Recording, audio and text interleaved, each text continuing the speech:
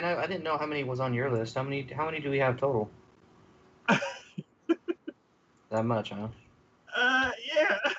I had to add more to the OBS list. Hmm. This is DK and Shane for TacoYaki Anime. Yo. And we are not on episode 57. That is a typo. Great start. Great start. We're off to a great start. This is amazing. 10 out of 10. The show's 3 weeks late. The titles are all wrong. The list is for some reason 30 shows long. What's going on? Oh, Jesus. You didn't say it was that long. God damn. We're going to have like 3 breaks in the middle of this bad boy. Jesus Christ. Did we literally have every show on there or something? I miss anime. It's been a while. I'm like, ooh, I haven't watched something like that in a while. Good Lord. Quarantine's made us crazy. Swear to God. Completely lost our fucking marbles. Anyways, yeah, that's shit. Something's wrong. Strap yourselves in, boys and girls. We're gonna have a wild ride. Today is episode 69. Are we on that one already? Huh? Are we on that one already? Yeah, it came up quick, I think. Oh, or 69's wrong too. I don't know. I don't know. Alright, yeah, sure. Great start. 10 out of 10, 10 out of 10. This is perfect. This is great. Yeah, alright, we got it. I'm so tired. So, before the show, I was informed of some news. If you had a... Oh, yeah. So, I think it just happened maybe like towards the beginning of this week. We're at the end of the week now, but Sony has bought Crunchyroll. Sony Entertainment. Which comes as no surprise for a lot of people because apparently Sony has been buying up a lot of these anime streaming sites. They are in charge of Funimation, and they have Crunchyroll, and I think there is talk of others that they're trying to get as well, because they're trying to have their own, much in the same way as Netflix and Hulu and Disney Plus and Apple and all that other stuff. They're trying to have their own streaming service. And I guess because of the world developments and lockdowns and people, staying indoors more times than not, they have the popularity of anime has grown exponentially, and so they are thinking of this as a good opportunity to put themselves in the lead for that as their primary focus for streaming, is what I remember reading. So that's where I'm at. Okay, so I have a few thoughts. Okay, what's your thoughts? So, in general, whether it's anime streaming, movie streaming, games, services, all of these different, like across all the different industries, for a big corporation to buy into a new category that they aren't really in themselves, it can go two ways. Microsoft is one company that's been on both sides of it. Whether it's games, Xbox is still around. They didn't shut it down after a year. Game streaming, what was that service called? I can't remember the name. They sold it to Facebook. Hmm. Mixer. Well, Yeah, and Mixer. apparently, yeah, Facebook's done wonderful things with that. Yeah. Yeah, and also Windows Phone. I'm a little mad about that, but yeah, Windows Phone. They had it for many years, and that's gone. The Zune. Zune's gone. iPod is now the iPhone because they merged it into each other. But so yeah, corporations when they end up buying into other categories, I tend to see either one way or one thing or the other. They're either going to adopt like best practices of that industry, like as far as gaming goes, Microsoft, they're still going with games and they're really, really into games. And they have people who are passionate about that industry running that part of the company. Hmm. As far as anime streaming and stuff like that, I don't really see them doing very well. Now here's the other thing I don't think you realize as well. Um, there's another reason why they got into this, or why they're pushing for this, is because Sony actually owns Ufotable. Oh, That's their production company. So the other reason why they're buying into this as much as they are now is because of the success of Demon Slayer. okay. Because of how big and how wide that has gone, they like right now the movie that came out for Demon Slayer is poised to be the highest grossing movie,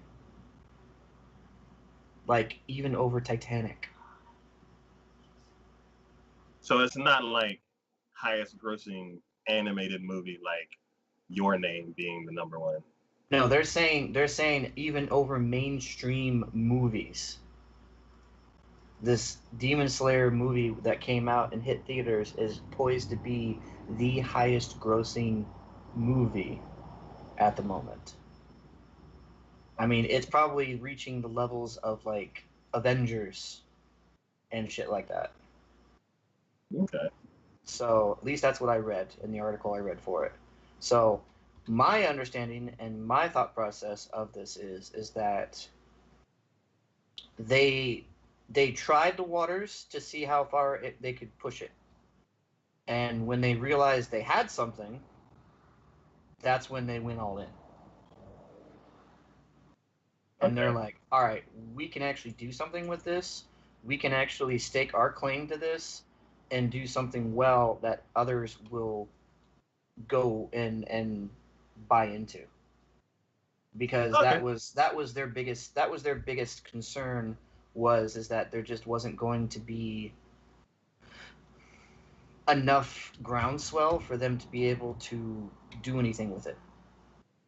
But with all the recent developments that have happened and everything else that's going on in the world, and the popularity and fame that has come along with bunch of different series right now, Uh-huh. they're really looking at trying to take this to its as high as they can take it. Okay. So Okay. With they're that, already talking about the fact that now, what was it? One of the people I remember reading the article for said that, back when, anime was first starting off, or even like, up to about 5 years ago, you would have like a budget of like what, I don't know, 15-20,000, depending on like a series or something like that, for the production of it, the creating of it, and all that other stuff. Now you're seeing 4 or 5 times that amount yeah. One on the budget, which you and I both know, I think, and anyone out there who's watched anime in the last, what, 2, 3, 4 years roughly, mm, has seen a steady increase in the animation and the production value of a lot of animes out there. yeah. It's not just like hit or miss on certain ones. Like, there are definitely, like, currently in this season, um, Jujutsu Kaisen. Uh-huh. the animation on that is just off the charts. Just Yeah. off the charts.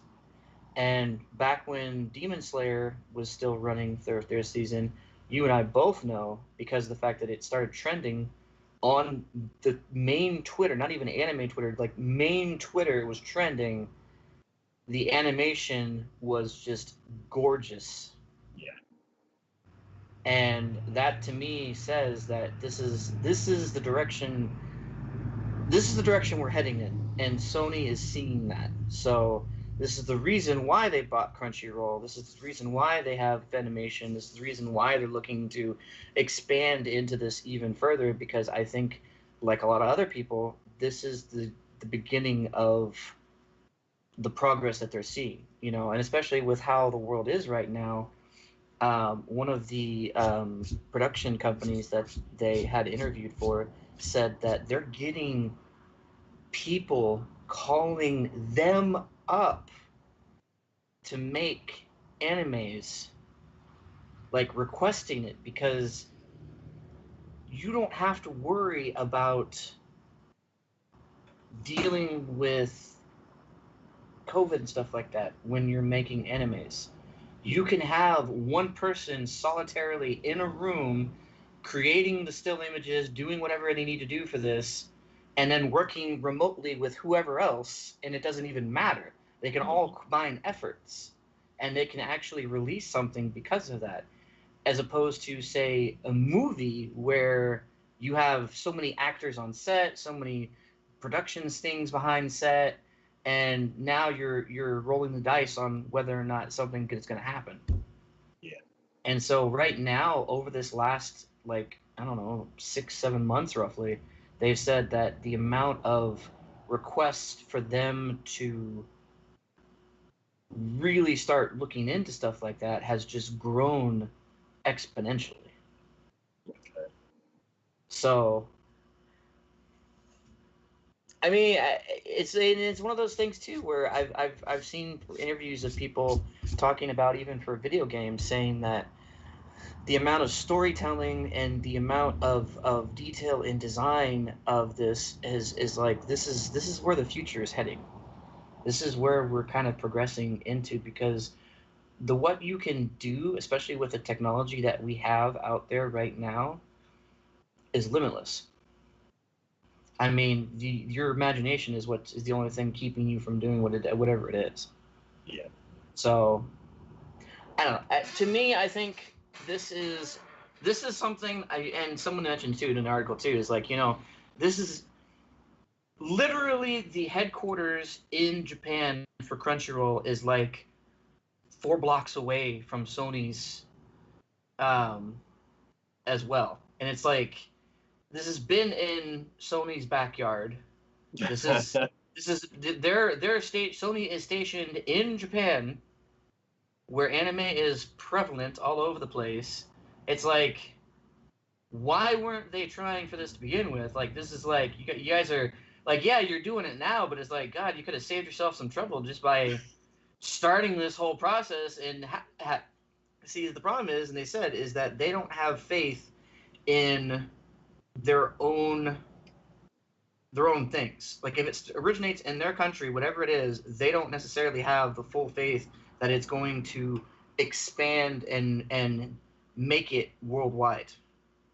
And That would make sense why a lot of shows don't get brought over here, like a lot of the yeah, like because Pokemon and stuff like that. they just don't think that it's going to really sell or really make, that people here in the States or over in Europe or wherever are really going to appreciate it, or give it the time of day. Look, just So look. yeah. Well, see, now, like, the numbers, you can't deny them. Like, the numbers are there. There's no way that you can ignore it. And I think now, because of that, now they're like, okay, we need to do this, and this is why this is now happening. So Yeah. Um, I don't know. It's like I think like maybe one of the board members was like, you know what, I'm gonna take the back route this time, and they like walk in and then like, Hey guys, Crunchyroll's right over here. Did y'all know that? I know we've been talking about that thing for a while, but like literally, we could just walk over to it, you know? Yeah, Yeah. it's crazy, but I mean, it's I don't know. I'm excited to see what this is gonna bring about. I mean, it could be bad. Don't get me wrong. It could completely bomb, or they could just not do the greatest with it. But the fact that they already have an anime production that they do, and the fact that they are wanting to like the amount of money now because of they see how much they can the returns that they can make off of it when they do add in more quality of work and how people the excitement for it swells. I feel like it's going to be a good thing for the overall the overall anime And, in general. yeah. You know, so I'm excited to see, but I don't get me wrong. Don't get me wrong. I know for a fact. I'm like, yeah, you know, this could all just go sideways in like a hot second and whatnot, and we could just be like, well, shit, now we're like back to square one. But yeah, I don't know. I think it could do well.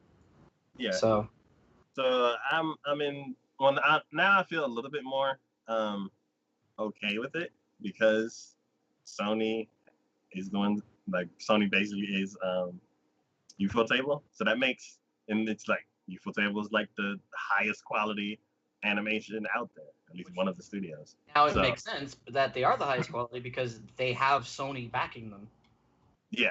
They So have the money to do it. So yeah. So I would say it's good on Sony's it's good I say let me get the bad things out of the way and then the good things. The bad things is sometimes Sony makes some decisions that make a lot of people mad, like yeah. crossplay. Um, and then the I can't remember who's worse with like the consoles on how online multiplayer setup. I think Who's worse? Sony's is free, and then Xbox you have to pay for gold or something like that on consoles, but not on PC or something like that. Like Well, both of them. Okay, so both of them. Well, it's been a while since I've done it. I think yeah, Sony. Both of them have their own. Like PlayStation has PlayStation Plus, yeah, and Xbox has Xbox Gold. Now, there are certain games that require like on Xbox. Now this is back when I had the freaking 360, so don't quote me on this, everybody. But I know back in the day, like there were games that even though you can go online if you don't have gold, it still required you to have gold to be able to play with other people online. yeah, But I do know for back in PlayStation Plus when it first started off, it didn't matter. Like PlayStation Plus was only like a bonus thing essentially. yeah. Now they may Um, have changed that, but I don't know. okay. So maybe not that. I know like exclusive things. One thing that I absolutely don't want to happen is exclusives. Mm. Like there are some. Well, actually, the way anime set up, it's already exclusive. There are some shows that cross that like bleed across all the different services. Um, so I don't know. It's like the more I think about it, the more I'm okay with it. But I still am weary. Oh, I mean, One thing don't I get me do not wrong. want to happen. Hmm? Mhm. I say, don't get me wrong. I'm still like on the fence, going, well, shit. Let's see what happens, and Yeah, whatnot. But you know, I at yeah, least have the wherewithal to be like, maybe I don't know. yeah. No, I don't want them to restrict what Crunchyroll's doing. no. That is one thing I really hope that is going to like. I mean, ideally, what I would love to have happen is that we keep Crunchyroll and we keep Funimation as two separate entities, and we go back to the way it was before Sony bought Yeah, up so Funimation. I wanted That's to get to my that, but ideal. yeah, I wanted to get to that. I wanted to end on a good note. So I wanted to like all the things that I'm worried about for them to mismanage Crunchyroll and Crunchyroll just dies. for them to restrict Crunchyroll, and Crunchyroll ends up being something like Anime Strike, where it's like or you have to because get some specific service in order to even access Crunchyroll. or because the fact that they're the ones who originally did Funimation, and they're freaking they're not the operating the way the whole setup is on Funimation is just stupid. Yeah. If they all of a sudden change Crunchyroll to that, it's just an orange Funimation. You're like, no. So those are the things that I'm worried about. For them to basically put a wall in front of where it used to be good. They're all like big Sony wall. I'll be upset about that. Now, things that I look forward to. One, Crunchyroll at a certain point was struggling. That's why they teamed up with Funimation, I'm assuming. That's why they start. One thing that they did like that is good like Netflix is they started their own originals. Mm-hmm. They basically, because the way Netflix started out is Netflix licensed everybody else's content. And then once the other people who licensed content to them saw that it was making money, they're like, oh, well, we can do that. And they started pulling all their licenses from Netflix. So then Netflix had to start creating their own original shows that can't be taken away to keep people on the platform. So Crunchyroll is basically doing that with their Crunchyroll originals, and almost all of them are like blockbuster hits. Oh, yeah. So that is great. For Sony to join that and like infuse Crunchyroll with more money so they can do even more originals will be absolutely amazing. Oh, it would. It would. Then that, there again would be another ideal situation. Yes. Then Sony has Funimation, which were big on dubs, and then them also bring in Crunchyroll. The Crunchyroll and Funimation partnership just gets amped up with Sony's money thrown at it too. Way better than it was before. Back when streaming anime was at its peak, adding Sony's money can make that even better. Yeah. It's like a whole new golden era. I look forward to that if it goes that way. And then distribution. That's the one thing that I'm curious about, because ever since Sony has taken over the for the DVDs and stuff like that, the SAVE edition, the super awesome value edition, they've killed off that line and replaced it with Sony with Funimation Essentials. So it's still the stripped down, just is like, here's the case and here's the show, and that's it. No booklet, no extra stuff and all that kind of stuff. They just stripped it down to essentials. That's nicer, it's cleaner, it's more professional looking, and for them to do that with other shows that don't have the Funimation like distribution set up, as far as like where you can buy them on DVD and stuff like that, if Sony can like add to that with Funimation or come out with like Sony anime or something like that, I feel like that would be great. Yep. As you can see the collective behind it.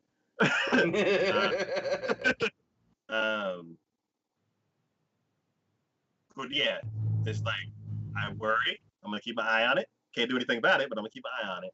And then I hope for all of the potential things that could be awesome to come true. Yeah. No, I'm right there with you. Like it's I see a great deal of potential, and the fact that there have been good things that Sony has already started doing, I think sheds at least some hope in that direction. Do I think that's going to continue that way? I don't know. No one can know. It's up in the air until we actually see what Sony does. You know. But do I think that this could... This, in my opinion, makes things like easily 10 times better than what it had been before, with having both Funimation and Crunchyroll, because we had a taste of having both of them together, and it was great. Yeah. It was great. Yeah, you just needed two services. Yeah, you needed two services, and you just needed to make sure that whichever one you were using was the one that, if you wanted subs, you go to this one. You wanted dubs, you go to this one. And that's fine. And I guarantee you that there were plenty of people on both platforms doing that. But it wasn't until Sony came in and bought Funimation that kind of changed. Yeah. Now that they've actually agreed and bought Crunchyroll, now I'm like, okay, do we go back to that? Because if we do go back to that, that would be amazing. Yeah. So Hopefully, they Crunchyroll absorbs Funimation, and then yeah, I hope. And because my biggest thing is the goddamn freaking menu system that they have in there is stupid. But So, yeah, 2021. I look forward to seeing what all happens, how it benefits everybody, whether it benefits the industry and not us, or it benefits us as well. I mean, Because I would like to hope that it's going to be an all around benefit to everyone. I yeah, may be being too idealistic with that, but I really do hope that in whatever capacity it comes in and however it ends up panning out, that ultimately both consumer and producer and all of it gets the benefit of it. I just thought of something. Competition. Who's gonna go up against Sony with this? Like, I don't. Well, The only other people that I see that here's are doing their own thing is Sentai Filmworks, and here's the thing. Here's the thing. We both know Netflix, Amazon, Hulu. They're not going to just give up their IPs. They're not just going to stop streaming services that they do. They're still in competition for this. You just now have, instead of having Funimation and Crunchyroll separate, they've now combined. So now they're a larger force to now compete with Netflix, Hulu, Amazon, all of them. okay, So there may be shows that would have gone specifically to Netflix or Hulu or them, but now Crunchyroll has a better opportunity of now getting it on their end, okay. is what I look So at this. okay, so with Netflix, Hulu, and Amazon, Amazon, the shows that were on Amazon were from Sentai Filmworks. Mm-hmm. They sent their stuff to Amazon, and they also had their own streaming network, which is High Dive. So they're kind of like the standalone competition. Netflix, they have their own originals. They Mm-hmm. used to have Funimation stuff, but then Funimation pulled it off. I don't know if anything's still left there, Well, but I but mean, what about Seven Deadly Sins? that's a That's Netflix show. still going on Netflix. Yeah, That because that's wasn't a on Netflix to be. That was not a Netflix original. yeah. So um, yeah, the other than Sentai Filmworks, who has High Dive, Netflix is the other people who are making their own shows. I agree. So I'm just saying, as far as, cause, well, I mean, unless you're talking about the unless your original question I had misinterpreted it as what originals. I thought you were referring to what competition as far as streaming services and anime in general will come about due to the fact that now Crunchyroll owns Funimation, and what competition will they have. And that's why I was saying, as far as in general in anime and streaming, there are still other streaming sites out there who are still getting some of these IPs out there for themselves. yeah, the I would say the other part of it that I'm trying to kind of untangle is some streaming services, they don't produce anime, so I don't really call them a competitor because they're just having licenses from other places.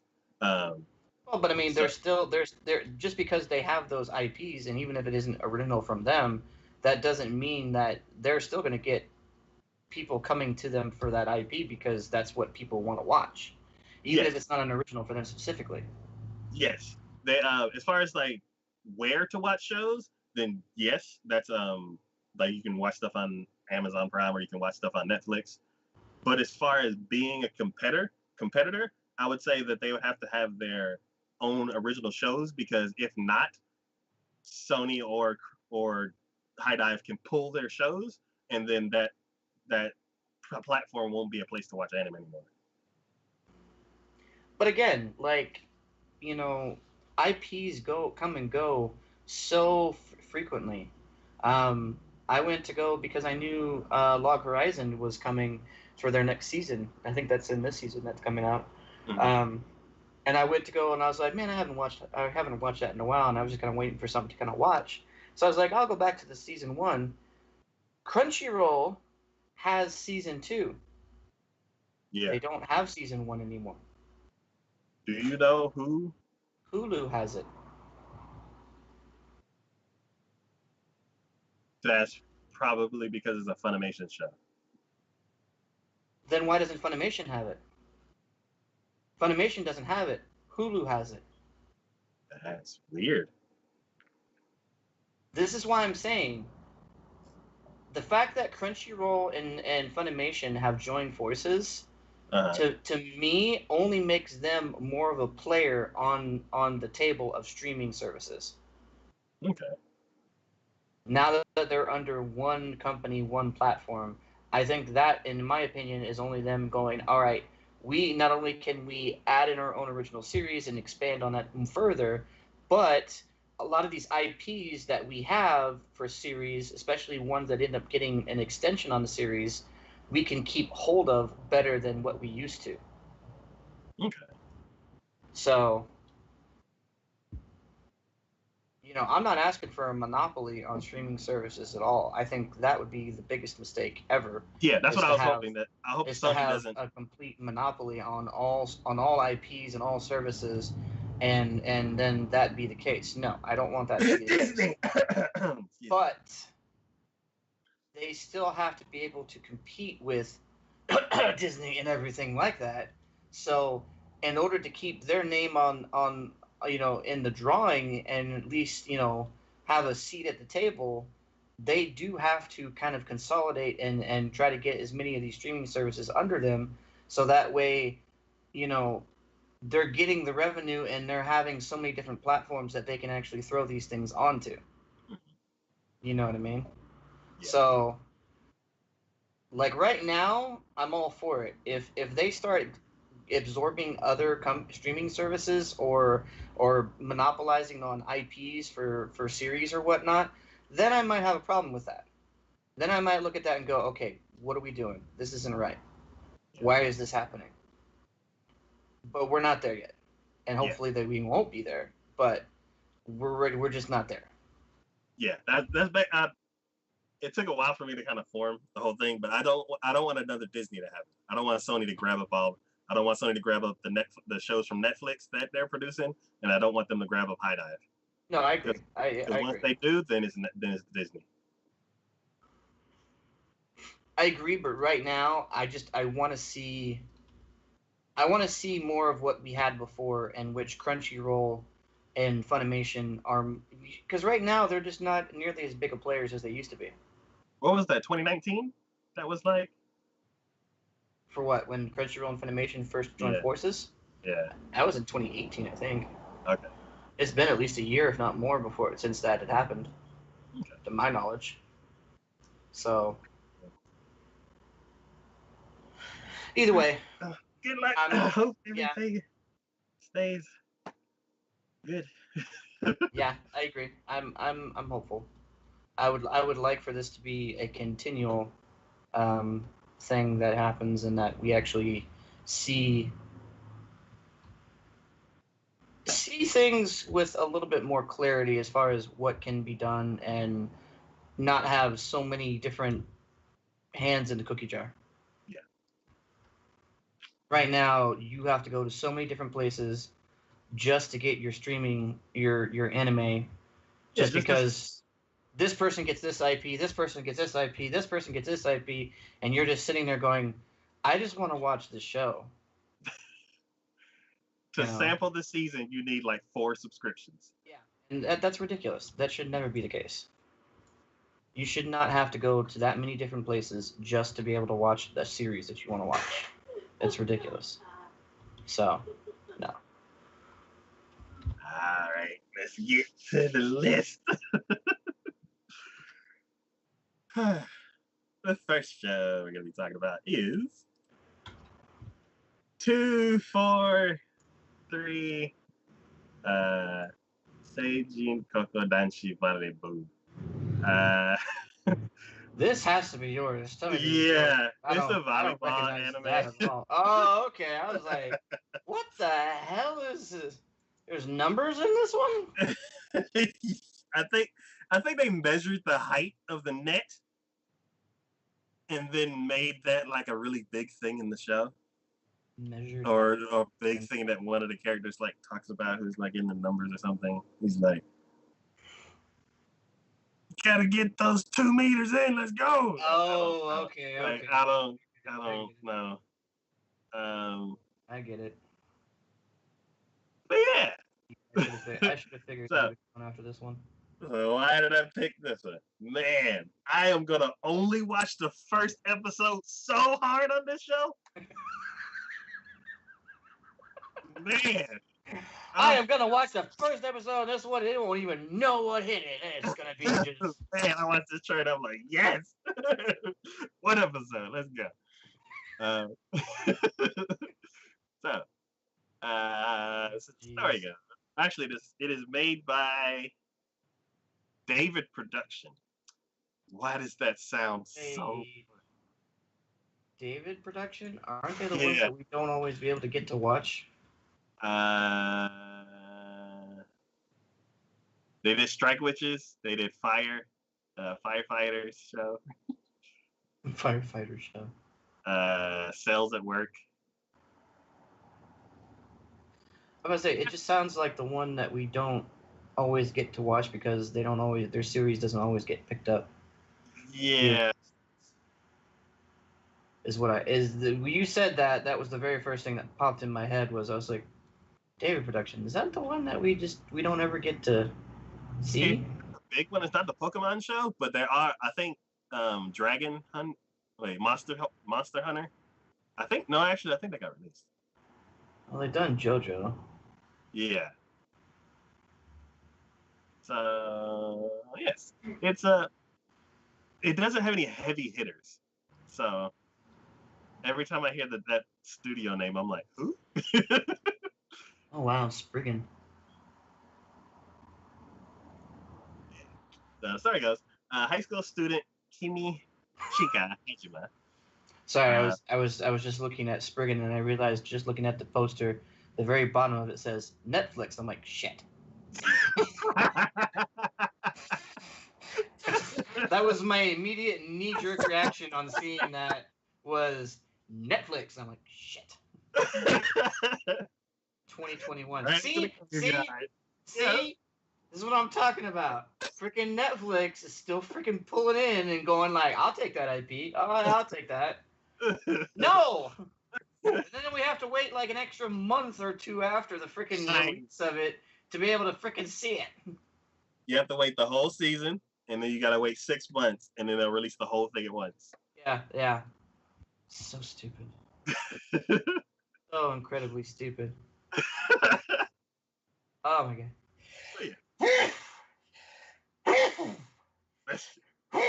Ah, thank you. Holy moly. High school student Kimichika Hajima moves back to his hometown, Fukui, after causing some trouble in the Tokyo Junior High School volleyball club. There he is reunited with his childhood friend Yuni Kuroba, who possesses outstanding physical abilities, but is vulnerable under pressure. That is a terrible athlete. Hajima, with his overwhelming passion and talent for volleyball, forms an ace combination with Kuroba. The two enroll at Seine High School, where they join the volleyball club. Wait, what high school? Seine? Z or S? Sein.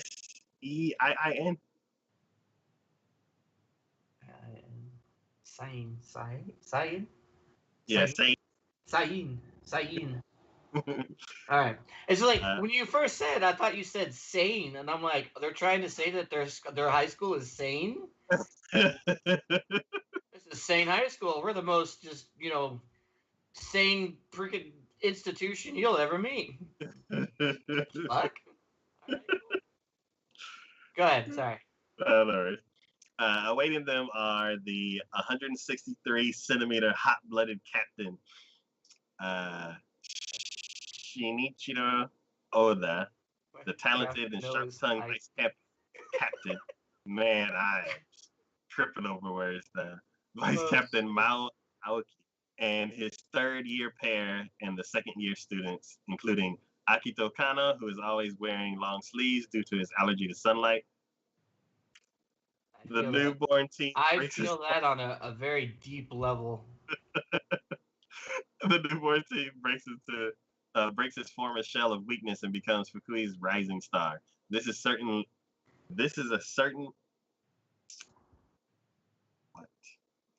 certain team's journey to victory, with a series of fascinating rivals standing in their way.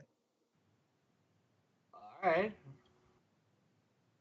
Yeah, see, I can, you know what? If anyone out there who's been watching this our podcast here or listening to it has ever said, and I don't know how freaking long, when it comes to these sports animes, this is all a big deal here because I just look at it and go, I have no.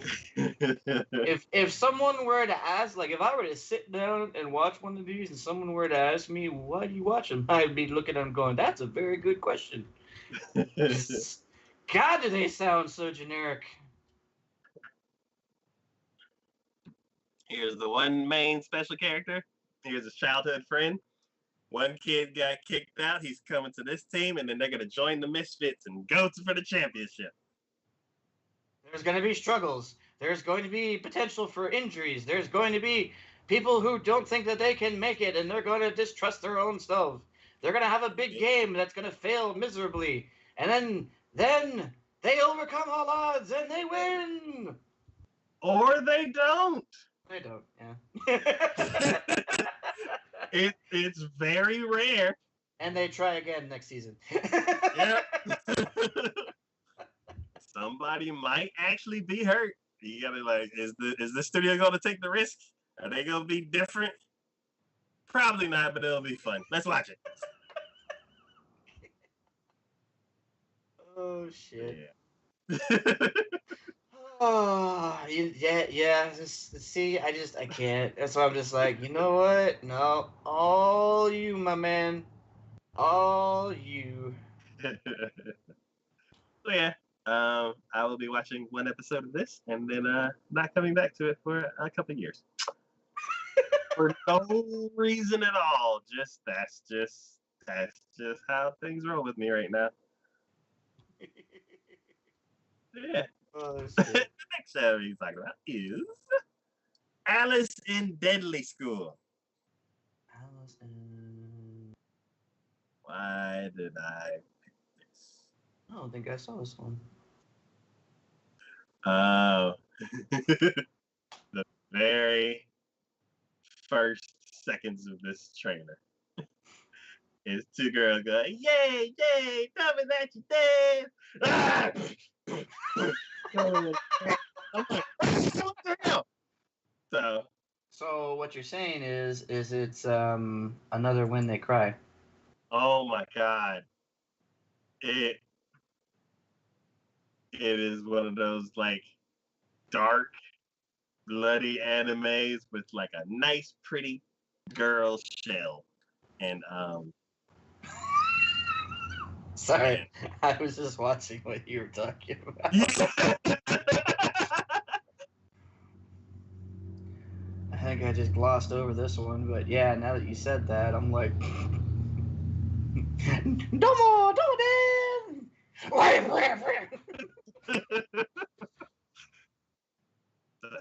and it's not, they're not going to hide it. You know what this reminds me of? Hmm. This reminds me of School Life. Yeah, I was going to say Gaku Garashi. Yeah, this reminds me of School Life. Because I don't know if it says in the thing, but is there zombies in this? I don't know for sure. So, yeah, this is done by Hoods Entertainment, which I don't know. What are they? In the Hood. They. If they've done School Life, I'm gonna laugh. Foul Love, which I started. 3D Kanaja Girl, Martian Maiden, Drifters. Okay. Okay, they can do some action packed. Oh God. See, I know what part you got to. 2015, yeah.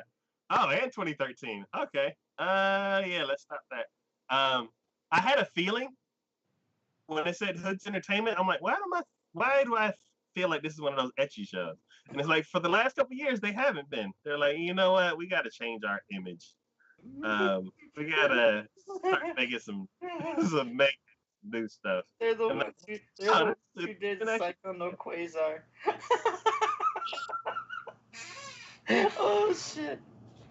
Oh goddamn. um, That's hilarious. studio. And now they're doing more action gritty stuff. But yeah. So the story That changed is in like the last 3 years, it seems like. yeah. Alright. Yeah. Go for it. You and Nobita are practicing manzai, a two-person comedy act on the roof of the school. At the same time, the school building is overflowing with the presence of non-human something else. It is said that if a person dies after being bitten by one of them, it will turn into the same something else and attack people. In the chaos of the school, will you, Nobu, and the other surviving students be able to escape its evil hands? It's zombies. I don't know why they don't say it. It's just zombies. It's like, just say it. Freaking zombies. Like, we don't want to say zombies. Okay. Like, look at the trailer and stop it at like 31, 32 seconds. And you tell me.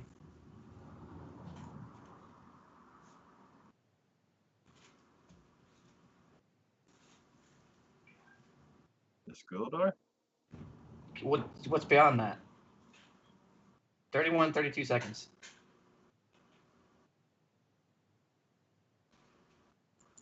Oh, outside the door? Yeah, it looked like zombies. You know what I'm saying? Is there freaking zombies?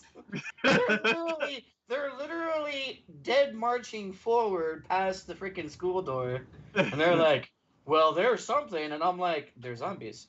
No, there's something. And I'm like, who are you trying to kid? They're fucking zombies. Do I look like I literally just fell out of the sky and turned over on a rock? I mean, what are you talking about? It's zombies.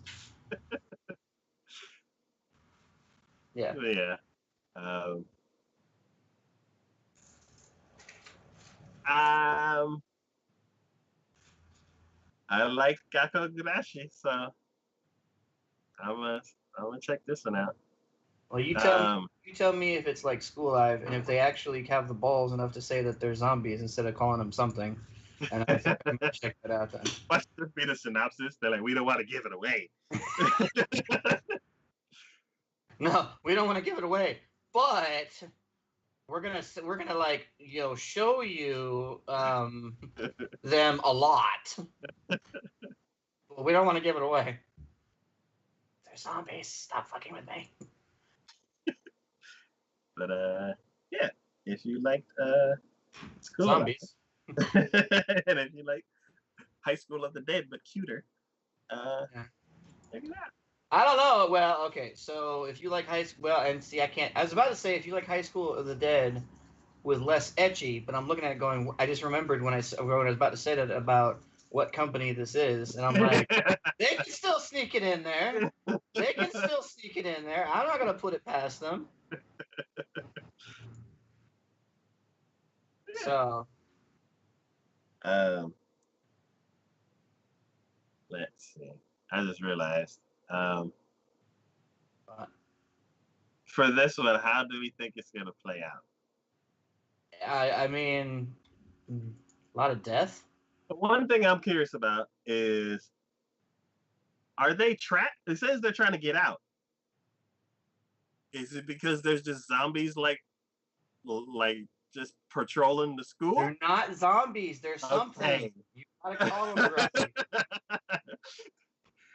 So I'm like, are there something else patrolling the schoolyards and they just can't run out? I guess.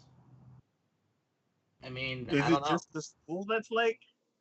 And unless the thing is that it's more rampant than just the school, and they don't want to leave. Like they essentially have, I guess, quote unquote security inside the school Yeah, because there's food and water and stuff like because that. there's food, water, and there's still like they could essentially quarantine themselves in certain areas, even if So like if someone does actually end up bursting through or whatever, it's not like the end of the world because they could just wall off that one area or just whatever. Yeah, place of resources like being trapped in a mall or something like that would be. Yeah, it seems like there's probably better resources and it's a little more. It's not the most securest thing in the world, but at least it's something they can you know, live for at least a while on before they have to worry about something. So, I mean, it could be a case of they're like, well, if we go out, we need to have a plan of action on what the hell we're doing or where the hell we're going. I think it's gonna play out just like school life. You're Probably. gonna get your main group together. There's gonna be one teacher, and then they're gonna try to have like keep their regular days going until their rations run out, and then they're gonna have to go to a mall to try to get rations. On the way to the mall, a couple people are gonna get bit, and then they're gonna get trapped in the mall for like a day or so.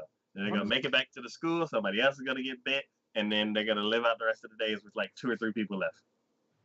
As long as there's not a dog that's going to die in this one, I'd appreciate that. Oh no! I think I remember in school I allowed the dog. No, no cute dogs that die. Thank you Uh, very much. I'd appreciate that. yeah. All right.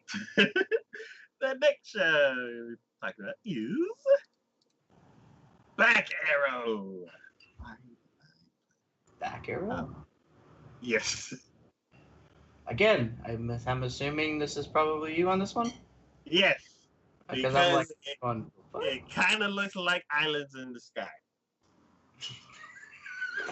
Brilliant, brilliant. Yeah. Man, I miss anime so much. I was like, that's something close to what I like. Let's watch It's close enough. Close enough. it. Exactly. Studio Bone. That sounds like a recent studio. Studio Bone. Um, Ushio Totora.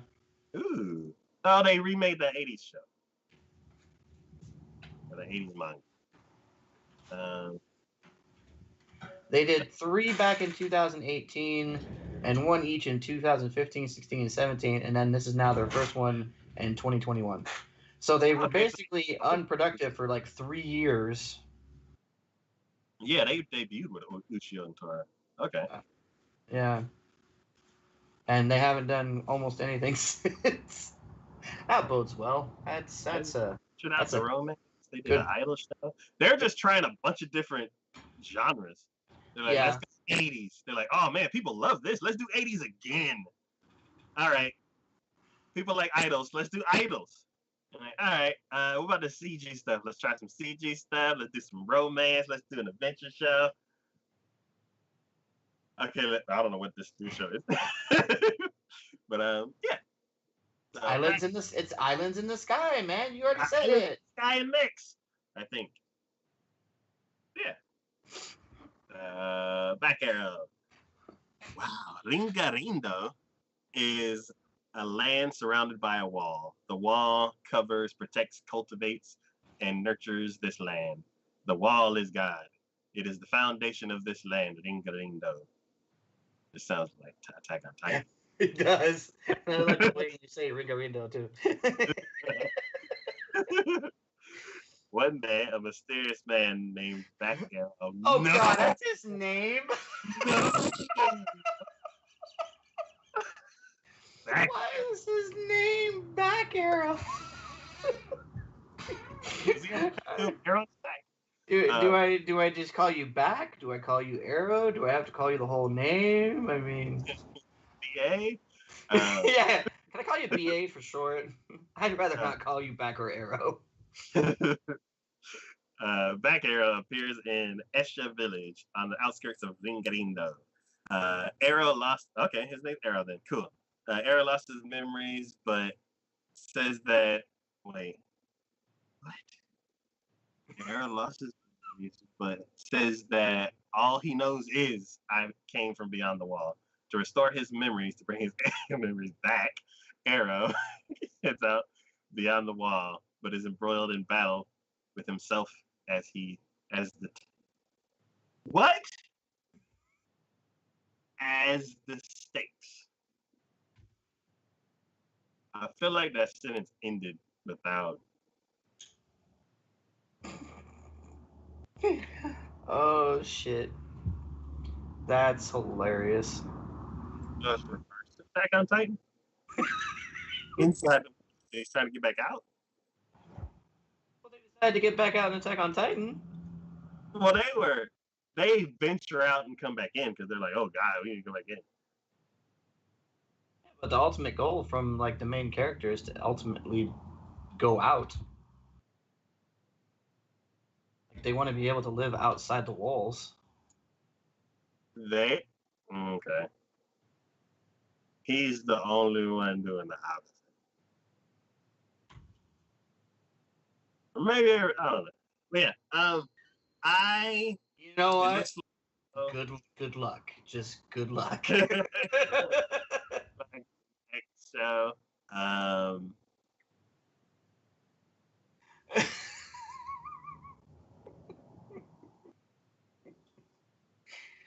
I just like because the scenery's pretty. So I'll check it out. I'm not sure. You know it's bad when the fantasy guy it's bad when the fantasy guy who watches some of the most stupidest fantasy out there doesn't want to watch the one with back arrow. Like, nah, I'm good. I'll pass on that one. But back arrow, you keep saying it like it's gonna sway me on that. I'm just telling you, no. But it has the one thing from fantasy that I just can't help but love: fat islands in the sky, and nothing else. But yeah. Oh shit. I'll check it out. I'll let you know. Yeah. Keep me up to date on that one. Oh shit. All right. The next show we're talking about is Beastars. See, I never watched the original. I feel like I shouldn't watch this one without watching the original. So, Beastars is done by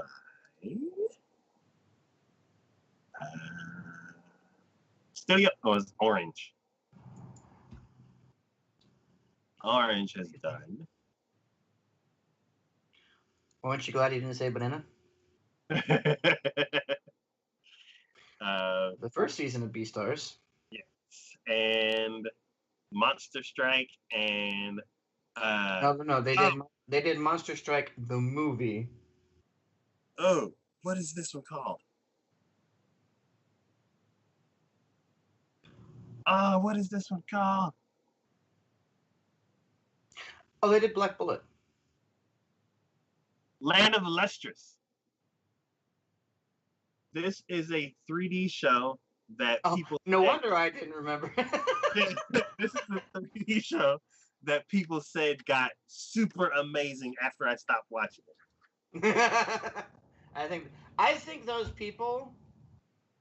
It didn't get super amazing, but because you say you stopped watching it at that point, and then they kept watching it and now feel bad that they watched it and wasted their time watching it, now are trying to force other people to watch it so they don't feel so bad about watching it themselves. So they're like, no, it got real good after you stopped watching it, I swear. God. Yeah, some of the things that I did hear about it is like the dynamic camera angles during the fights. So me, I didn't really like the character designs because they were all like lumpy.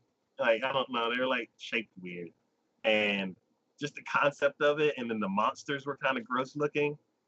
And I tried to get into it, but then like after a certain point, I'm like, okay, I gotta watch something else.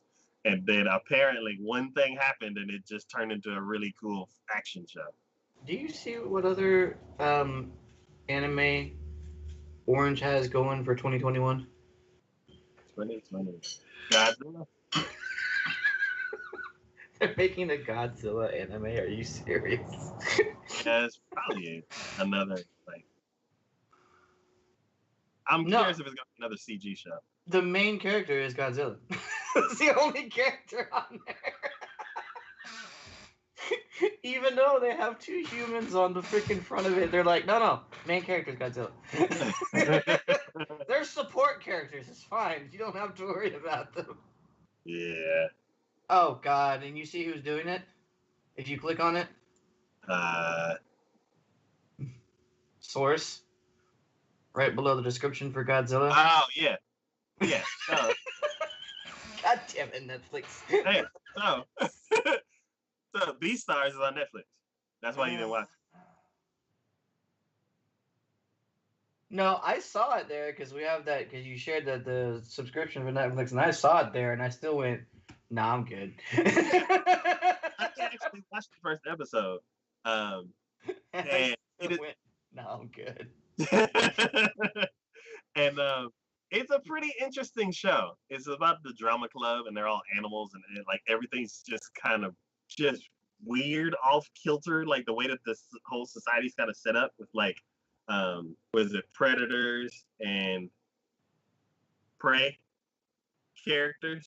I have seen clips of this show Yeah, where I questioned whether or not somebody did a spoof off of it and was trying to have some sort of like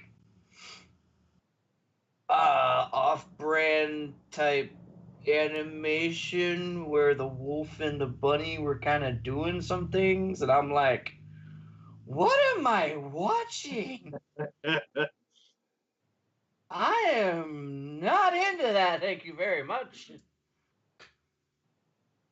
yeah.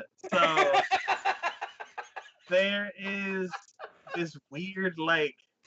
I like how you can't like just immediately go, no, that's not anything. No, they didn't. No. So what you're talking about, I have no idea. Okay. What I do know from the first episode is that there's this weird thing going on between them two because in nature, the wolf is gonna eat the rabbit, and there are parts of the parts of that in the show, but then there's also this romantic thing kind of going on. So it may be exactly what you're saying. I haven't seen any of that, but I do know that there's some kind of weird, crazy relationship between those two, and I don't know what it is. That deer, I didn't like. I saw the first episode. I hated his guts, and in the trailer, he shot somebody, and I'm like, what the hell? I still hate you. Because I'm like, aren't y'all in school? I'm like, aren't y'all the drama club? Why are you like shooting people? So, yeah. I want to watch the show one day because it just evokes this upset emotion out of me. I'm like, what's going on? Stop. But it's weird. Like, have you ever been in a mood where you want to get weirded out? You're like, I want to watch something just strange. You know, I can't say that I haven't, but it's very few and far between. Yeah, and it's like when I watched this, I was like, I don't like when I saw the thing, I'm like, and I saw the trailer, and I'm like, morbid curiosity. I'm like, I have no idea what this is, and then I started watching it, and I'm like, what is this? And then the episode's over, and I'm like, what was that? I still don't know, but I still want to find out. So let's see. Hold on. Where does that start? Hold on. I just want to get your immediate kind of like knee-jerk reaction on something here real fast. So that way, because you're trying to get into this and you're talking about getting weird, want to see what you think about this real fast. Hold on, I'm gonna. Where is? Okay, how do I send chat? There we go. chat. I'm gonna send this to you, and just fat. It's only like 43 seconds. Go to the 1 minute mark, and then hit play. And it's like 43 seconds. You tell me. I click something and nothing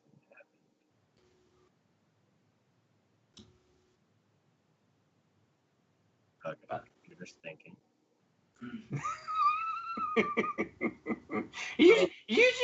You tell me, because that's the sort of thing I was seeing in this, and I'm just looking at it going, I'm good. I'm good. I don't think I need to. No, I'm good.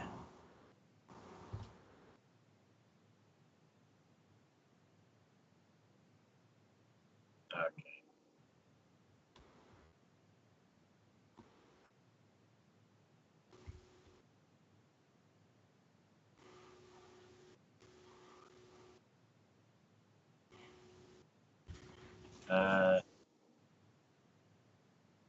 Just start it at 1 minute and just let it ride.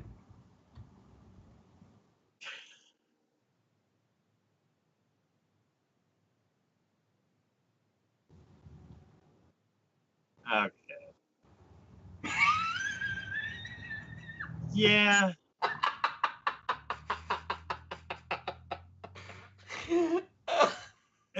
And you know what? I think that happened in the first episode. Did it?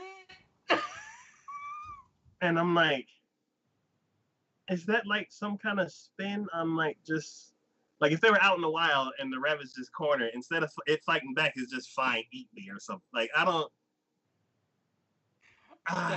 Okay, so there's eat me and then there's eat me, and I'm not 100% sure which eat me we're referring to in that one. I'm just gonna let you know.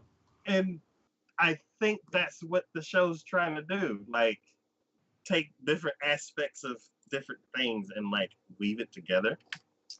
I don't know what this. I don't. I want to know who's the murderer because somebody keeps dying, and I think it's the main character, but he doesn't know if it's him. And then like there's like times where he like blacks out and he doesn't know what happens, and somebody ends up dead, but then it doesn't seem like it's him because there's other much more shadier characters. And then there's this big evil presence that's not him, but maybe it is. We don't know yet. It's I don't know. It's like that's the one thing about this show that I'm like intrigued by. But like, what exactly is going on? See, and then I could, if that's the case, then I can definitely see why you would say it's morbid curiosity, because there's nothing else you can explain with that other than morbid curiosity. Yeah.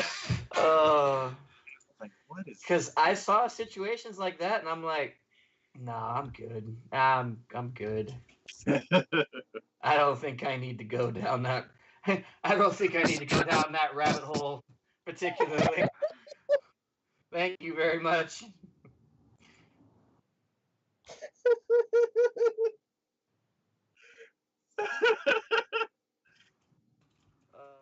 Good lord. Yeah. Next show to talk about.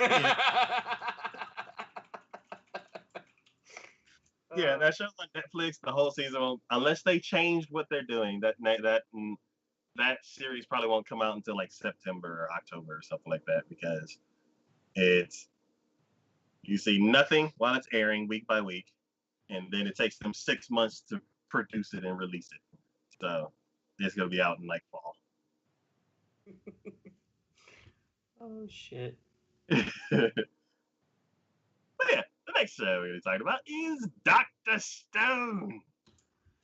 See, here again, I would love to watch this show if I had watched the previous one.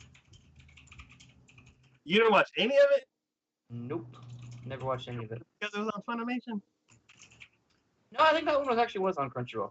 Okay. I don't know, nothing really seemed to like, I don't know, just because at the time I just didn't feel like watching it, or if it was just like one of those where I was like, Maybe.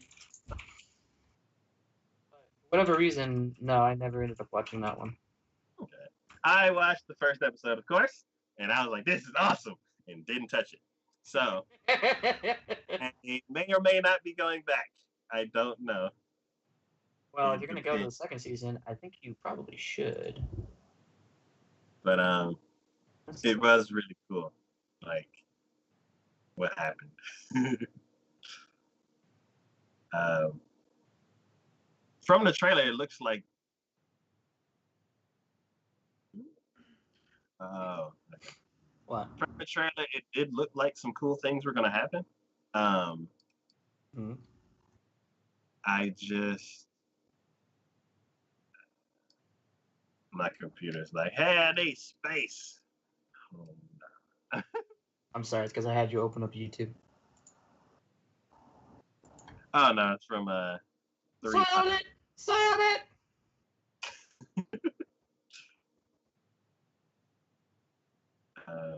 What was it? 2 podcasts ago. Hmm. The file is still here. Wait, you mean? Oh, okay. I thought you were talking about when Doctor Stone came out. It really didn't come out that long ago, as far as I remember. It's pretty recent. Yeah, yeah. I think. This is one of those situations where they had the second core ready, they just didn't want to release it all at the same time.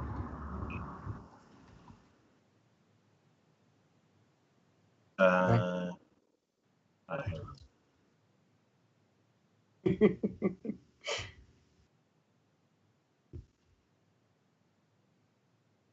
well, I have an issue, and that issue means it's a good time to take a break. So we'll continue this after I file manage before the computer crashes. Sounds good. All right, and break.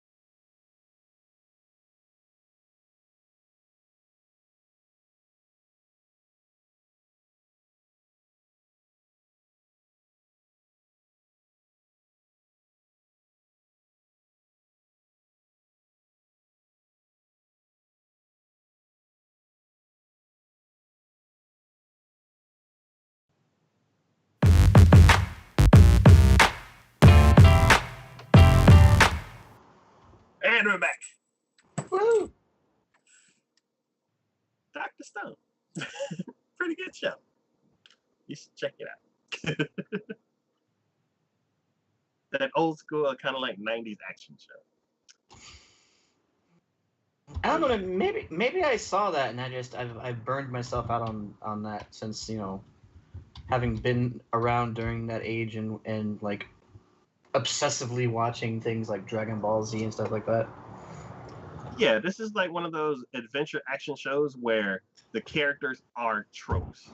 They're not like, it's not like modern anime where you have individual, like you have personalities that have certain tropes and certain like, what do you call it? Like specific things that like quirks. Like you have a personality with a quirk that matches a certain like thing. And this show is like, no, I am the goofy guy. That's it. It's not like this is Steve and he's goofy. It's like modern anime kind of has that like extra level to characters. And this show is like, no, we're going back to the classics where the bad guy was the bad guy and that was it. The good guy was the good guy and that was it. None of this whole internal struggle where you're like, well, he isn't really a bad guy. All of this happened to him in the past. So I kind of feel for him and I kind of rooting for him. So basically what you're saying is it takes us to a simpler time. Oh yeah. And it just goes, all right, well, here you go. Yep. So instead of Deadpool's maximum effort, we're going for minimal effort. Got it. Yeah. So if you missed the days when bad guys were bad and good guys were good, here's one of the shows for you. All right, the next show I already talked about is X-Arm. Which one? X-Arm. Oh, X-Arm. Was this one mine? This show is done by Visual Fight.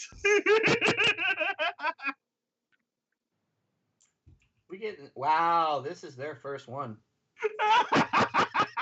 This is their first showing. Wow. Don't watch the trailer. Why did I pick this show? Oh God, no wonder I didn't pick this show. My notes are, what the fuck is this? I can't just run. I don't think that's a good reason to watch something if you're asking what the fuck is this? Run. Slow motion dodge. Jump. Slow motion land. Run up the stairs. Slow motion backflips. Punch. Kick. Slow motion punching. Oh my God. Yeah, I'm seeing that right now. Oh my God. Are you just wanting a good laugh? I mean, what are you wanting here? Have to bring attention to this. Oh God. No, this is one where you like quietly sweep it under the rug and you go, this never happened. This never happened. What about that? No, it never happened. What part of not happening do you not understand?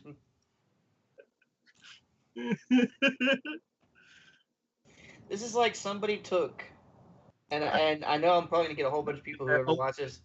I know I'm gonna get a whole bunch of people who've watched that show, and said, but the way the style of it is, it reminds me, and I'm sure the storyline characters are probably way different, but it reminds me of Ruby. The way that animation looks. So this is almost like somebody fanned out over Ruby, and we're like, you know what? This would make it even cooler. Slow motion. And everyone was like, yes, let's do it. No, let's do it.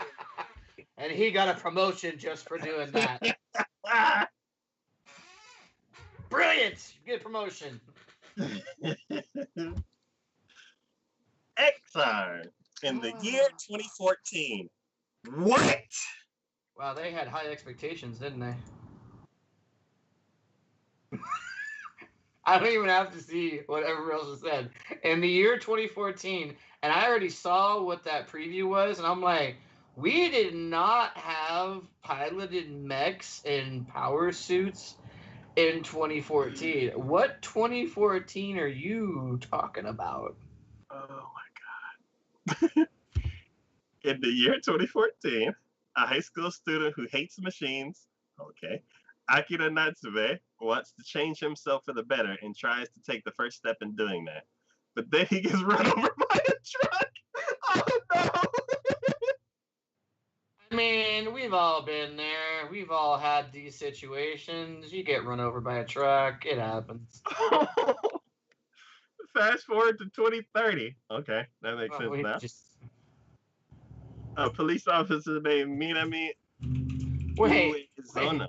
Why did we go? Why we went all the way there just because, like, well, he got run over by a truck. He got ran over by a truck and he was kind of like in bad shape for 15 years. I mean, all right, cool. Who wouldn't? You're right. You're right. A police officer named Minami Uezono and her partner, the android Alma, infiltrate the scene of a trade going on at Tokyo Harbor for an unknown weapon named X-Arm. They are then attacked by an enemy with the X-Arm, number 8. Put in this life or death situation, they decide to activate the X-Arm number 00 that they stole from the enemy and ... Oh, that is just too. Oh my god. And they do everything in slow motion. I'm just. Oh god. I just have to see if the show is anything like that trailer. I just have to. I mean, you're just glutton for punishment? Is that what we're doing? I have to. I have to see if like somebody's editing bad, or they're like, man, we polished this as much as it can be polished. I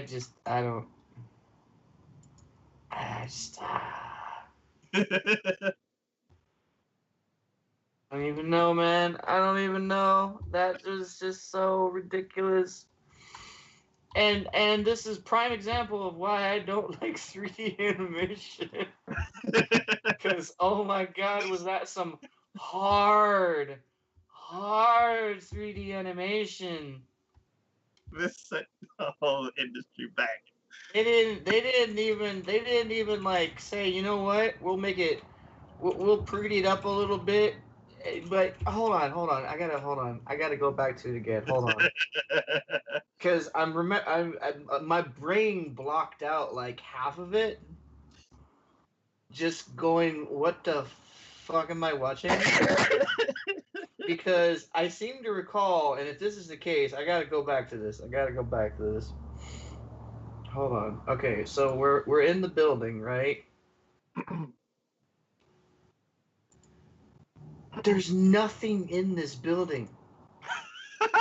They didn't have time to put stuff in the building. There's nothing in the building. It doesn't even have windows. Unless these are windows, in which that looks stupid. Though, honestly, the rest, oh god. And the fighting choreography is like a freaking high schooler was doing it. And they're like, I'm gonna kick. So when I do that, you're gonna like go, oh. Just, oh. Yeah, like that.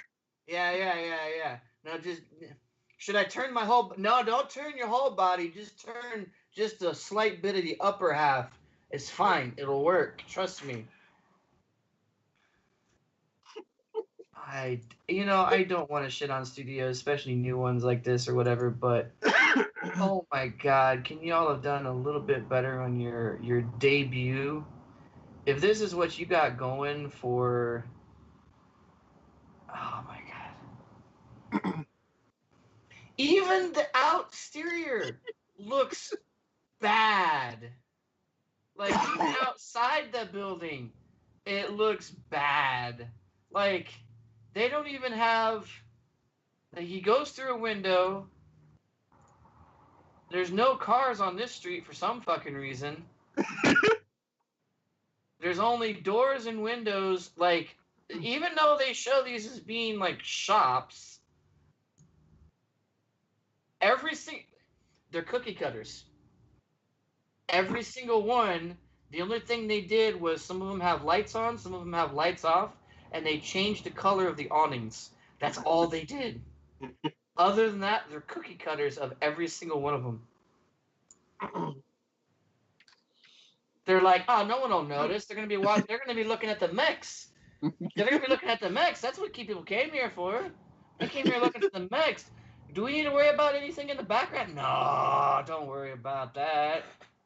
No one looks at the background anyways. We got people in slow motion shooting things. Well, they're going to be focused so much on that. They're never going to notice the background. Who needs a background?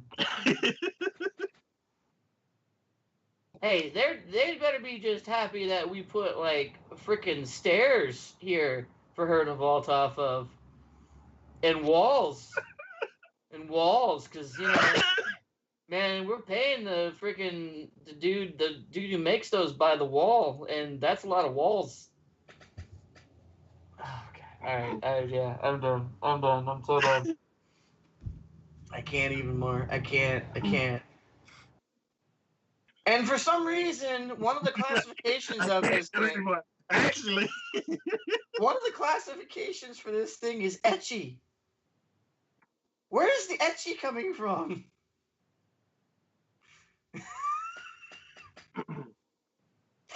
I will let you know. They put all the protect since there's robots in it, and it's primarily robots and stuff like that. Are we gonna have some like robot on robot? Is that where all the production value went? Is that wherever all of it went to? It's gonna be one scene that's just all the way to the tens. You're like, oh my god! And then we drop back down to -5. Oh shit! All right, just take it away. Go move on before I say anything else about it. Oh shit! Oh. I had to. I was like, wait, what? That just makes my head hurt. That just makes my head hurt so much. The next show we're gonna be talking about. Shit. It sells at work code black. So See, I don't think I added this one in there either, did I? you would watch season 1 of regular Cells at Work. No, I didn't finish season 1. I started it, but I never finished it. Okay. I think I watched maybe 3 episodes. Yeah. Season 2 is out. Mm-hmm. I never finished season 1 either. Just the first episode. And oh my god, what happened? It's too much laughing. No, it's the other anime. It's now seeping into your vocal cords and to try to readjust and have us go circle back to it and say how wonderful it is. Oh my god, I've been hexed. I'm sorry, old other show. I'm so sorry. You're actually worse than Triage X. Like Triage X was already bad, and you've taken the crown. So Yeah. in a way, I'm saying you're the best. You're just the best of the worst.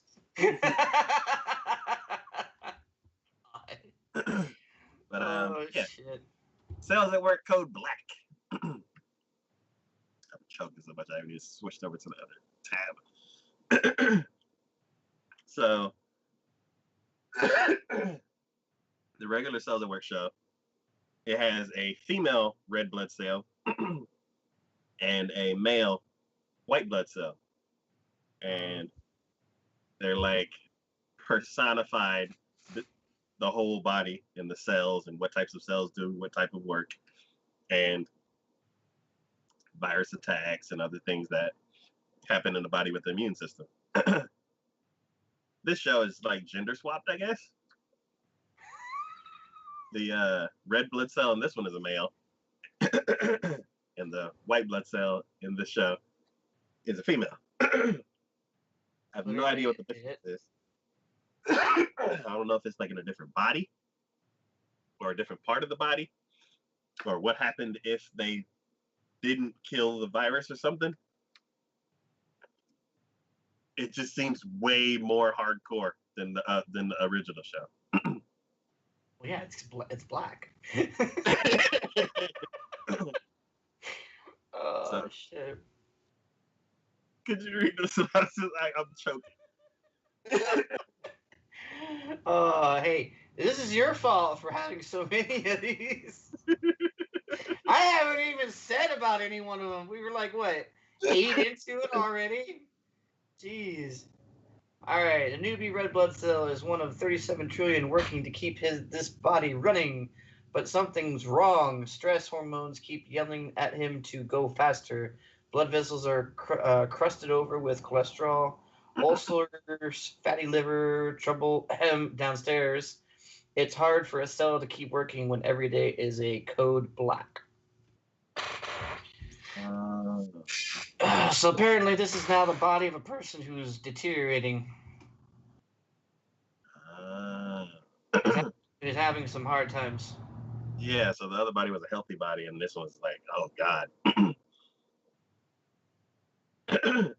That's interesting. Like a twist on, because normally whenever like you're in a health class or something like that, it's always talking about healthy functions on like what the different parts actually do. Mm-hmm. And every now and then they're like, well, if it gets too bad, then this could happen. This show seems to be worst case scenario everything. Yeah.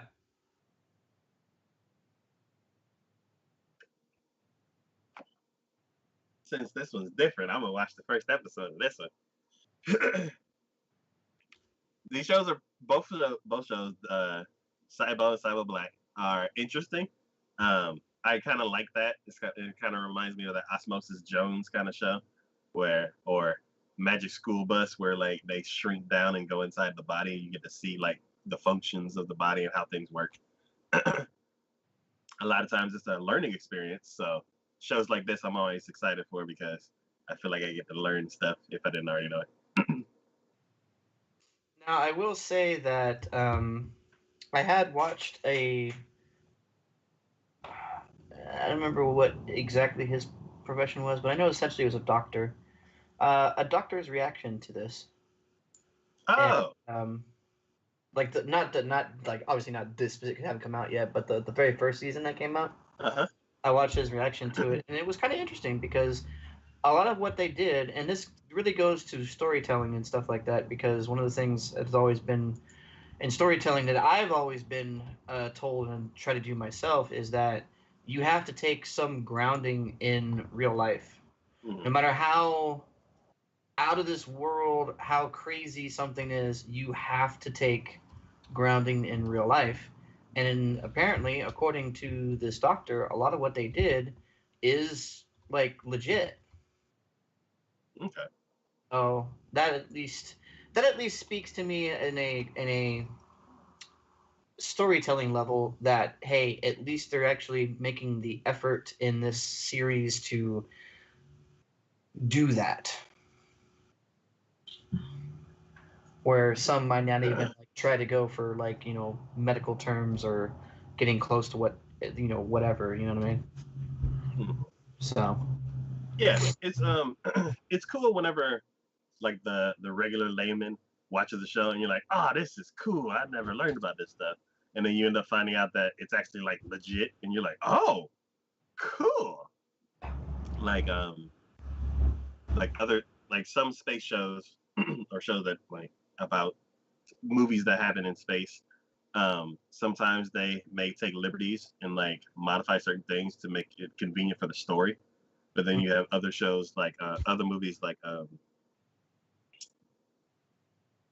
what was that other one? It Matthew McConaughey was in it. And there was a there was one point where they had to travel either around a black hole or something like that. It was a choice that he had to make. It's either Interstellar. yes, Interstellar, and yeah, movies like that where even like scientists like Neil deGrasse Tyson and other scientists are like, yeah, the math is like legit on it, and that would actually happen, kind of stuff. So I do, yeah. That like hearing that a doctor is like some like things that happen in the show are legit. It makes me happy. I'm like, cool. But yeah, I'm curious to see like how this one differs from the first show because I like the first show. It was pretty cool. All right. The next show is Horinia. Yeah. I believe this one is yours. Do we actually have one that's mine? Yeah. There's actually one that's mine. Wait, you said Horimia? Yes. Yeah, and this is surprising considering what it is. So yeah, when I saw the picture, I'm like, wait, what is this? This is usually more your wheelhouse than it is mine. Okay, so Horimia is done by Cloverworks. Cloverworks has done. It decides to load. Which ones do I recognize?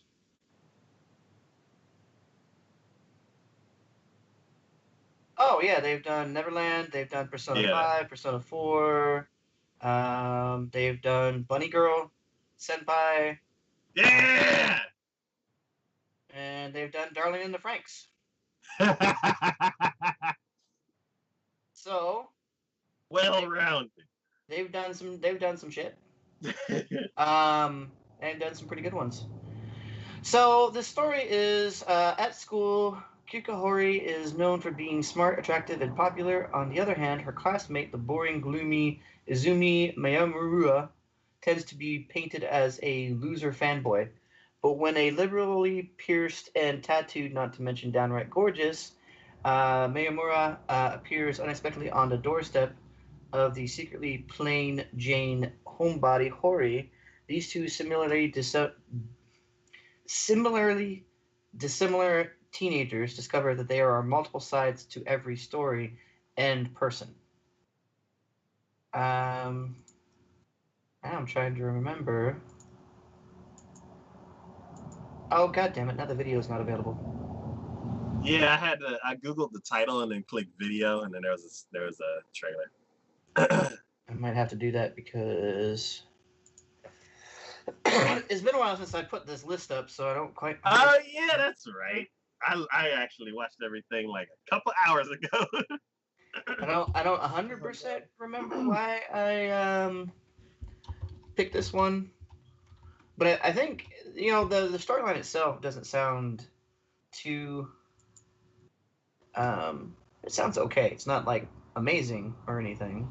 It sounded okay, but I know when I watched the trailer, I was like, all right, I'll give it a shot.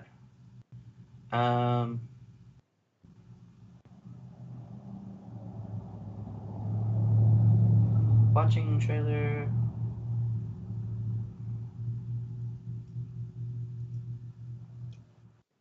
I like the character design. I will say that. Oh, yeah. Character design is pretty good.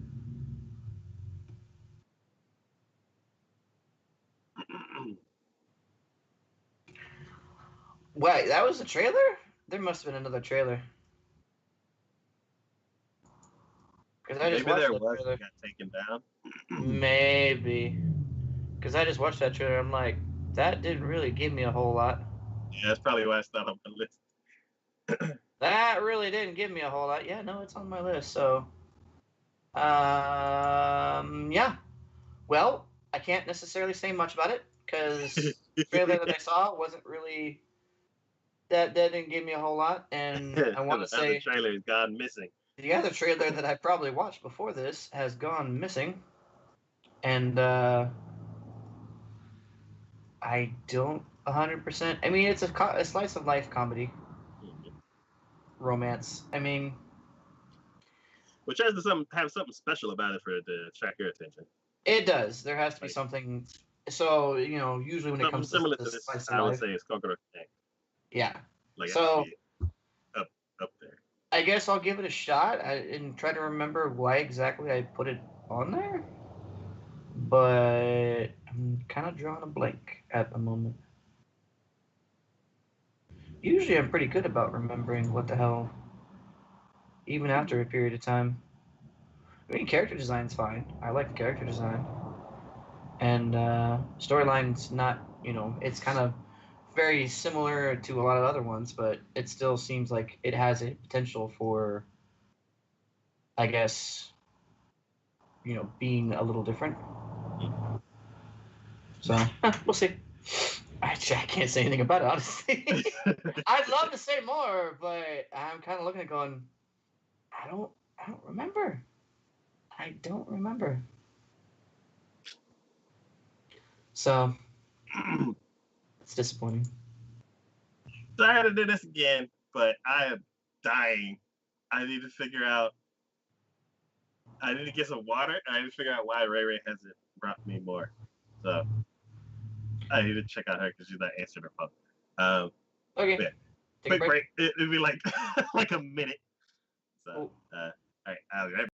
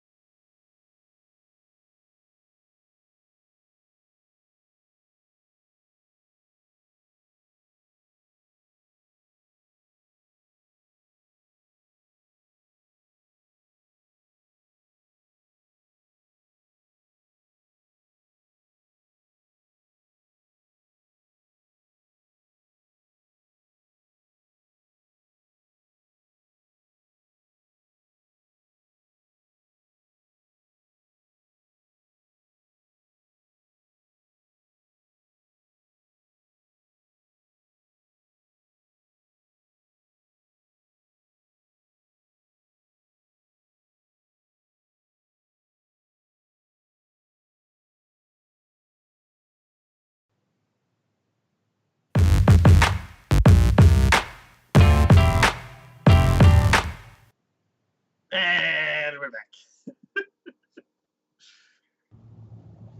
The next show we're talking about is Hortensia Saga. This one I feel like I could probably say more about.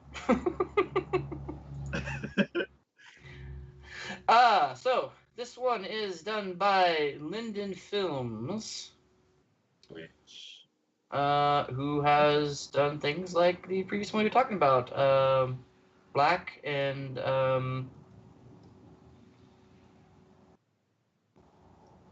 there was a couple other things I remember them seeing and doing.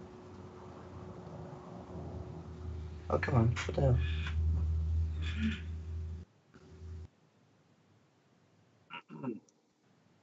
Ah! we bring up Linden Films all the time. We do, and I'm like, what the hell? Why am I missing?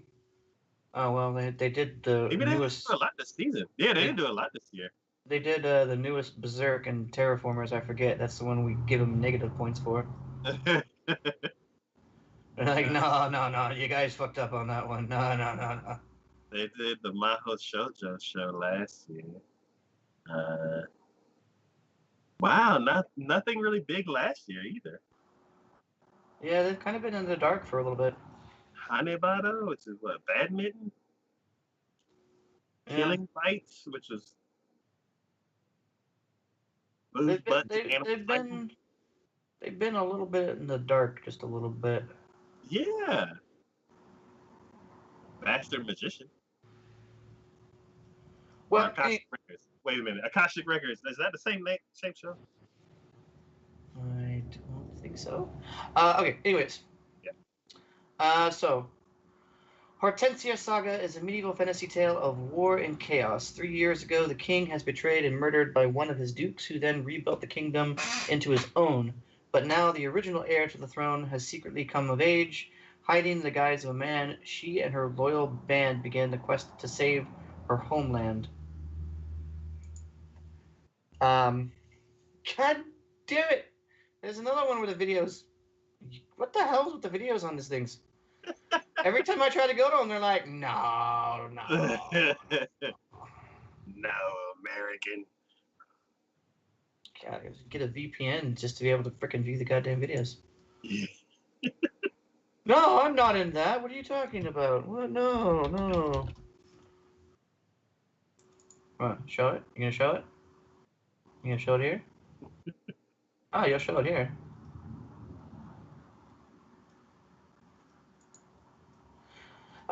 Okay, so... Oh, that's not what I wanted to see. That's not what I wanted to see at all. Apparently, it's a video game. Oh. Uh-oh. Okay. No, here's the actual trailer for it. Oh, Aniplex. Funimation. That means it's gonna cost $300. Aniplex. So, back when I first saw this, I thought the animation was pretty decent. It had a giant werewolf in it too, and I was like, that's cool. I'd go for that. And they have giant armies situated, and the fact that they don't go with the standard, oh, we have a giant standing army, let's go CG on the army. Mm-hmm. I appreciate that, because that always pulls me out of the action. Okay. So, I mean, it doesn't seem like it's going to be anything amazing. I don't foresee it being like a, oh my god, this is going to change fantasy forever sort of situation going on here. But I do think it has some possibilities to it. So, I'm intrigued. Good. How do you think the story's? Well, based upon their description of it, I mean, it sounds like you're pretty stereotypical vying for the throne sort of situation. And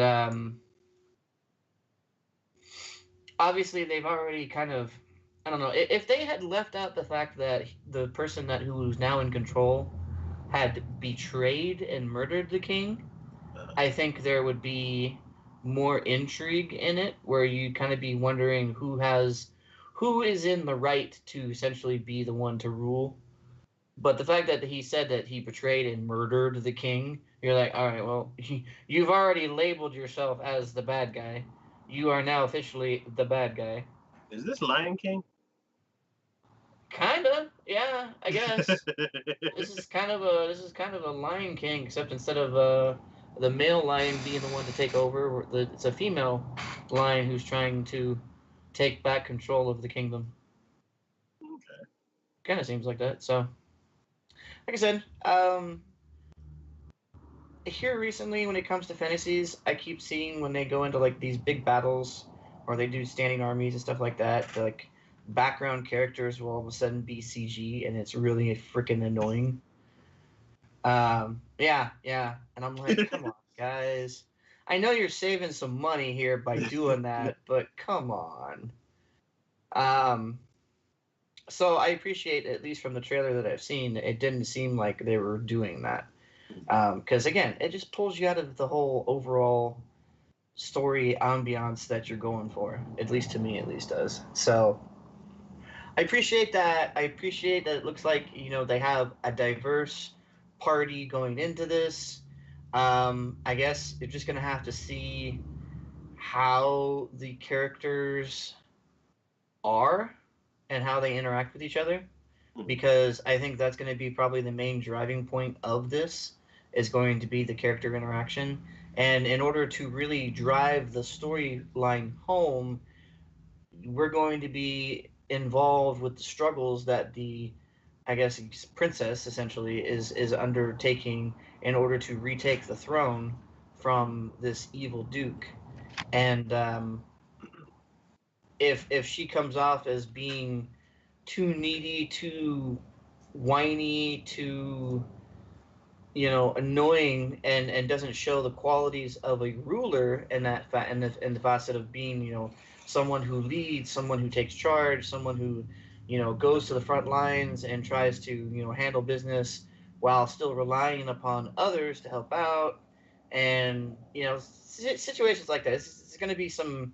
There's definitely going to be some key things in this story that I'm looking for in order for it to be one that I will continue. But I could tell pretty quickly within like the first couple of episodes of how that's going to go and whether or not I'll even continue it. So.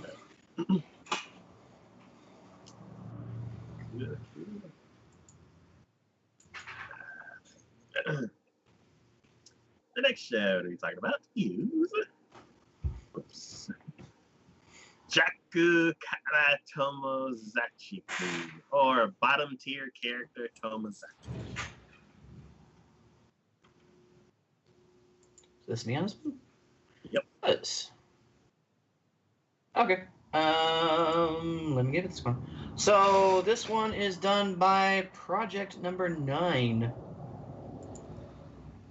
who has done. Oh, they did the In Another World. Please make my abilities average. Yeah. Abilities average. They also did the it was last year. They did the high school one where the prodigies from our world go to another world. They did Exodus. Did what?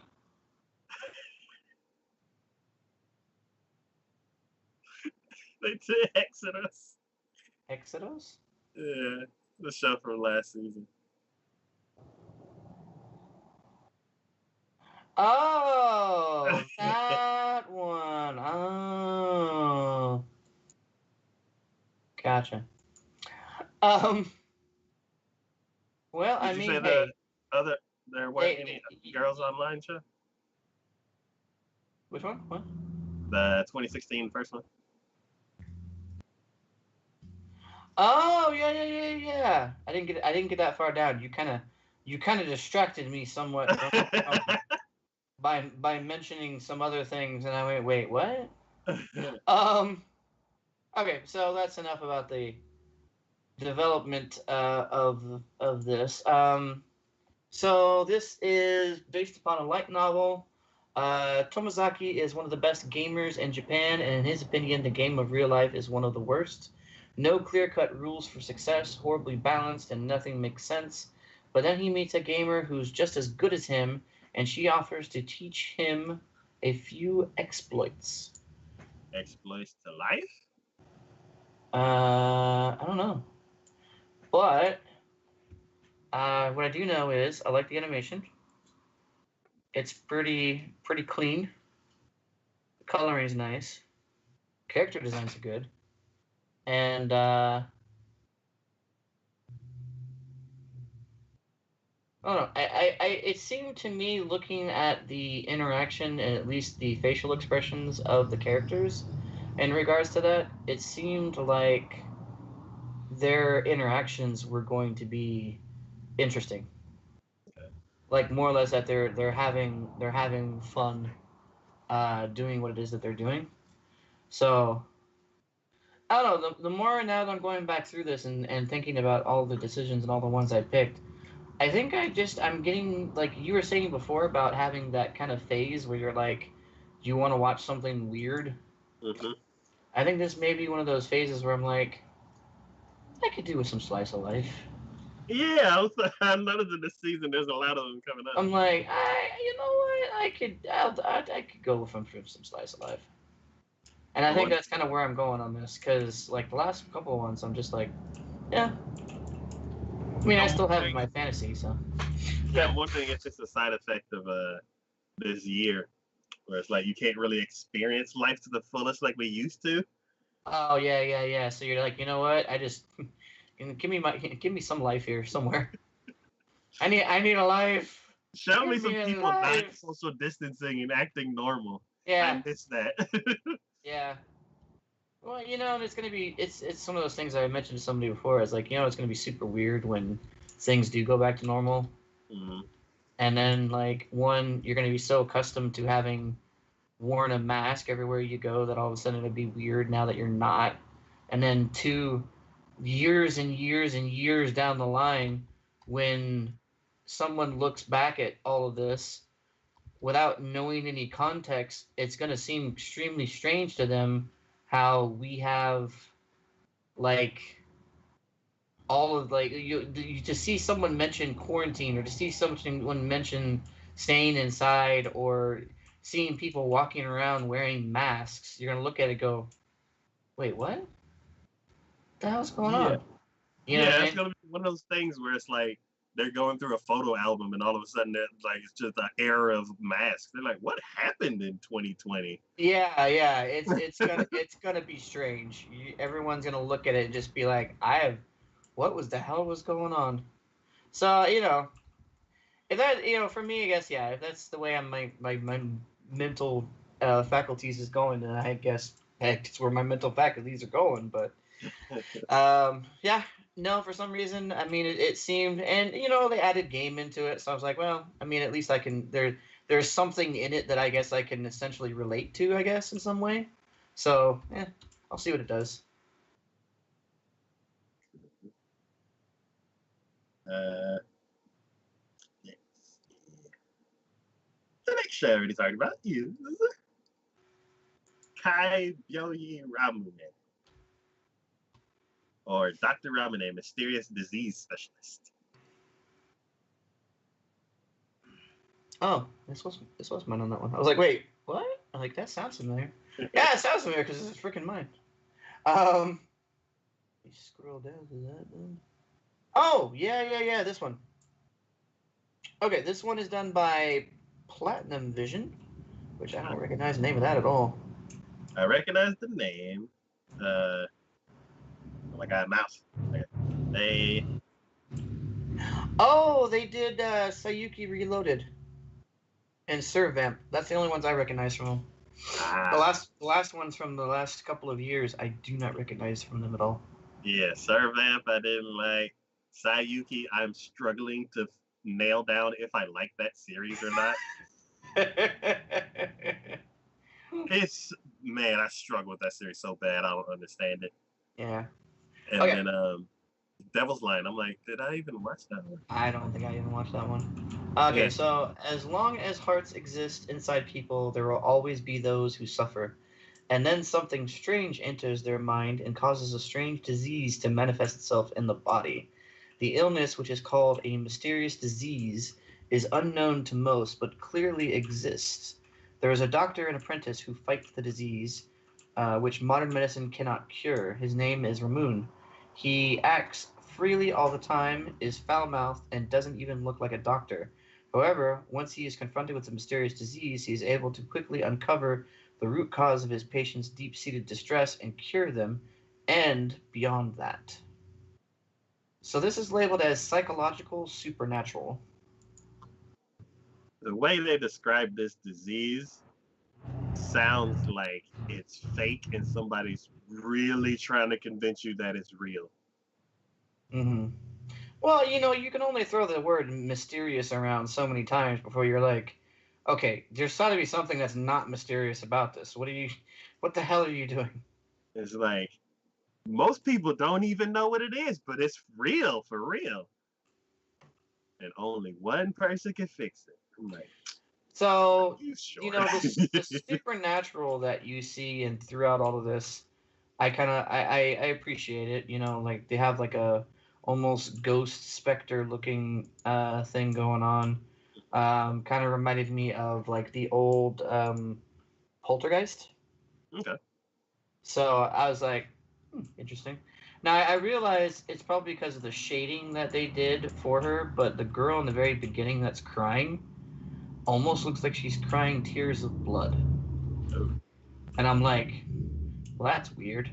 But I go back and look at it again, and I'm like, I'm thinking those are actual tears. They're just darker than I would normally think they should be. mm, But either way, it's I guess again you throw the word mystery around so long, you gotta like at least be like, okay, what's the mystery?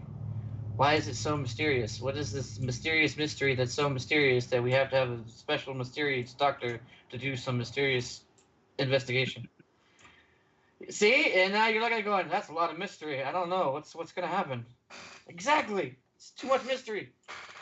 Um, yeah, no, I can't say I like the character design on this one that much. mhm. Um, the otherworldly things though look pretty spot on, as what I would think. Main character looks pretty. Main character almost reminds me the way he looks of the blonde kid from Do Ra Ra Ra. Uh, You know who I'm yeah. talking about. He almost reminds me of him, at least as far as looks goes. I can't say for sure as far as his personality goes, but though he does kind of have that mischievous grin on him every now and then. So, but yeah, it, Okay. it it looks interesting. I'm at least curious to see, and it's psychological. I don't psychological. A lot of times when you do psychological, or at least a lot of times when anime when they do psychological, they usually do psychological horror. Yeah. And though I can appreciate that and like it in a lot of ways, I also think they usually call it psychological horror, and they usually end up just going down a very gruesome, bloody, dark path. Yeah.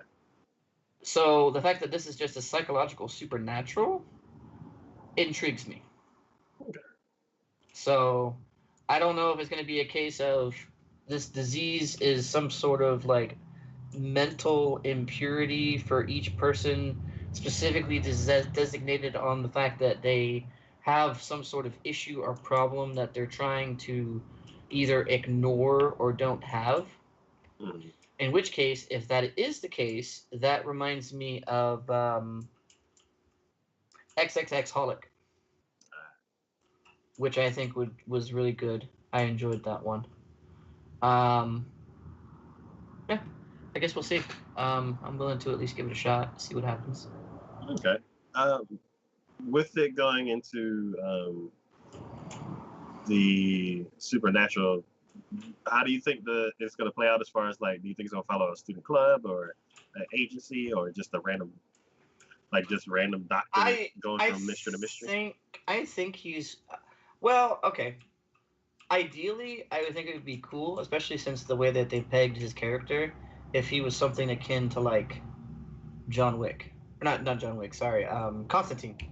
Same actor. I was like, wait, what? If he was something similar to Constantine, where he works for essentially an organization, but he's an independent. Okay. So like they give him the tasks and let him know when there's an issue that he needs to go take care of, but he pretty much either works by himself or maybe has like an assistant, and that's pretty much it. And he makes the decision on like what is he gonna do, kind of thing. Okay. Like everything else is left up to him, but he kind of does whatever he does, and that's pretty much it. So, I mean, that is ideally what I think will probably end up being the case. Is yeah, he'll probably end up either working for an organization or some sort of. I don't think he's. I think he's too old for school, so more than likely it's going to be some sort of organization that he's working for. Okay. That is like he's directly involved with or something. But I don't know. We'll see. All right. The next show we're going to talk about is Kaifuku Jutsu no Yarin Naoshi, or Redo of the Healing. Yes, and this one was also me. This one is done by TNK, who has done. That name sounds very familiar. Jet Girls, which I haven't seen. High School DxD. Drake. And some other more questionable things. School Days. Okay. I know that one. And I think. Skeleton. I mean, they've been around for a while. Oh, L&R. Licensed by Royal. God, I haven't thought about that one in freaking ages. And Handmade May. Wow. That's a classic. They've been around for a while. So I mean, they have a little bit of pedigree for themselves. They've done some questionable things in their time. Yeah. But okay, so story takes place. Healing magicians cannot fight alone. Kiari, who was bound by this common knowledge, was exploited again and again by others. But one day he noticed what lay beyond healing magic and was convinced that a healing magician was the strongest class. However, by the time he realized its full potential, he was deprived of everything. Thus, he used healing magic on the world itself to go back 4 years, deciding to redo everything. That sounds pretty damn cool. I am a bit confused. Bye. So, in like an RPG, when you have a healer, are they a magician? There have been some that have said that. Or I would think a mage? Is that the same? Well, magician and mage, there are two different declarations of that. They're both ones who use magic, but it's the way in which they use magic that would be the defining way around them. Okay. In an RPG setting, healing mages typically, you either have mages or clerics, depending upon what sort of RPG setting you're talking about. And I mean, I can't necessarily say that the base storyline behind it of them, being they cannot fight alone. I get that because they're great at healing, so they're very good supports. But as far as damage dealing, not so much. Yeah, because for whenever I hear healing, I immediately think mage. I never think magician. I think magician as entertainment. Yeah. Well, I've seen some magicians who do more than just entertaining too, though. So. Yeah, and then I think I've seen maybe one character who uses healing as a weapon or something like that, or like aspects of healing as offense. So I'm really curious on how this is going to pan out. On what exactly he found out that allowed him to know that healing magicians, are actually one of the strongest classes. Okay. It almost reminds me of at least like he has like a symbol on the back of his hand, Mm-hmm. and I see his eyes do this crazy coloration thing. Mm-hmm. It almost reminds me of the Legend of the Legendary Hero, Okay. which is not bad. If that's the direction they're kind of going in, I don't I'm not against it. That would be I think would be kind of cool. Um, it definitely looks like it has a good deal of action. I mean, I see fights, blood, you know, all over the place. And God, it keeps coming up like that crazy eye look that some of them do every now and then. Mm-hmm. I'm like, when you see an anime that does that like crazy eye look, and what I mean by like that crazy eye look is when the irises and the pupil of the eye shrink down like Oh, really small, the little and their beady. eyes get like really big, and Yeah. then they get that giant grin on their face, and I'm like, that's crazy look. That's crazy look. When that happens in any anime, I don't care what anime it is, any anime that has that happen in it, some shit's about to happen. And I'm all for seeing what exactly it is that they're going to be doing for that. So, Yes. I would say 99.999% of the time, yes. mhm. There is one show where all the characters have little beady eyes Oh and well. they look like they're hooked on candy When because when the you're show is about candy. there's that many of them, that's a little bit much. But when it's just like a few of A them few that of are them at doing that, certain moments, then yeah, it's then yeah, something crazy's going down. something crazy's going down, and I want to know what the hell it is because usually it's going to be something that just makes you go, damn. So yeah, I'm interested. And the fact that they're kind of turning the old trope of the healer being the weakest now being the strongest, and that he was for whatever reason he was able to use his ability to go back in time 4 years.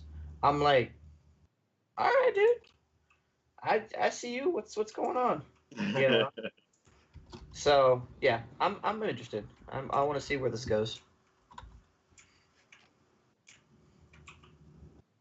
Alright. The next show we're talking about is Kemono Jihen or Monster Incidents. Monster Incidents. Is this one me too? I think so. Did I just have all the ones in the middle? What the hell? Yes, it was me. Yeah. Okay. Well, and it doesn't help that I don't remember quite all of them too, because it's been like 3 weeks since I put it up there. So, Yeah. um, Agiado is the studio, which I have no idea where this one comes from. Worm. Oh yeah, Bookworm. Um, Oh, and the demon or the demon yeah. lord or whatever one. Yeah. And then he said uh, of the witch. Shumatsu no Izita. Yeah. Yeah. And a bunch of kid shows. Which is a great departure from. See, it's always interesting looking at these studios because you start looking back at what they did, and Yeah. then like we and then like we. Oh, they did Vampire Hunter D. You're kidding? No, they did. They did the original Vampire. Wow. Oh, in 85? Yeah, Uh, that's crazy. So yeah, they did that, and then like you go scrolling further up, and you're like, kid show, kid show, kid show, kid show, kid show, and then eventually you scroll far enough up on them, and all of a sudden you see the Demon Lord one, and I'm like, y'all just was like, all right, you know what? We're gonna do some kid shows. We gotta have a good look at ourselves because eventually we're getting our etchy points up, so that way we can come swing that back around, we can and do one. we can Just do scratch one real etchy one going in there. You're like, all right, because that qualifies. That one was so etchy, it was ridiculous. I mean, when you look at the elf in the very middle on the top of that one, you're like, yep, yep. Because it's just like, boobs, boobs. Anyways, so now that we've established Followed that, immediately by more kid shows. so when a series of animal bodies that rot away after a single night begin appearing in a remote mountain village, Inugami, a detective from Tokyo who specializes in the occult, is called to investigate. While working the case, he befriends a strange boy who works in the field every day instead of going to school. Shunned by his peers and nicknamed Dorotabo after a yokai that lives in the mud, he helps Inugami uncover the truth behind the killings, but supernatural forces are at work, and while Dorotabo is just a nickname, it might not be the only thing the boy that isn't or might not be the only thing about the boy that isn't human. Hmm. So I was kind of like meh for the most part until we got to the end of that.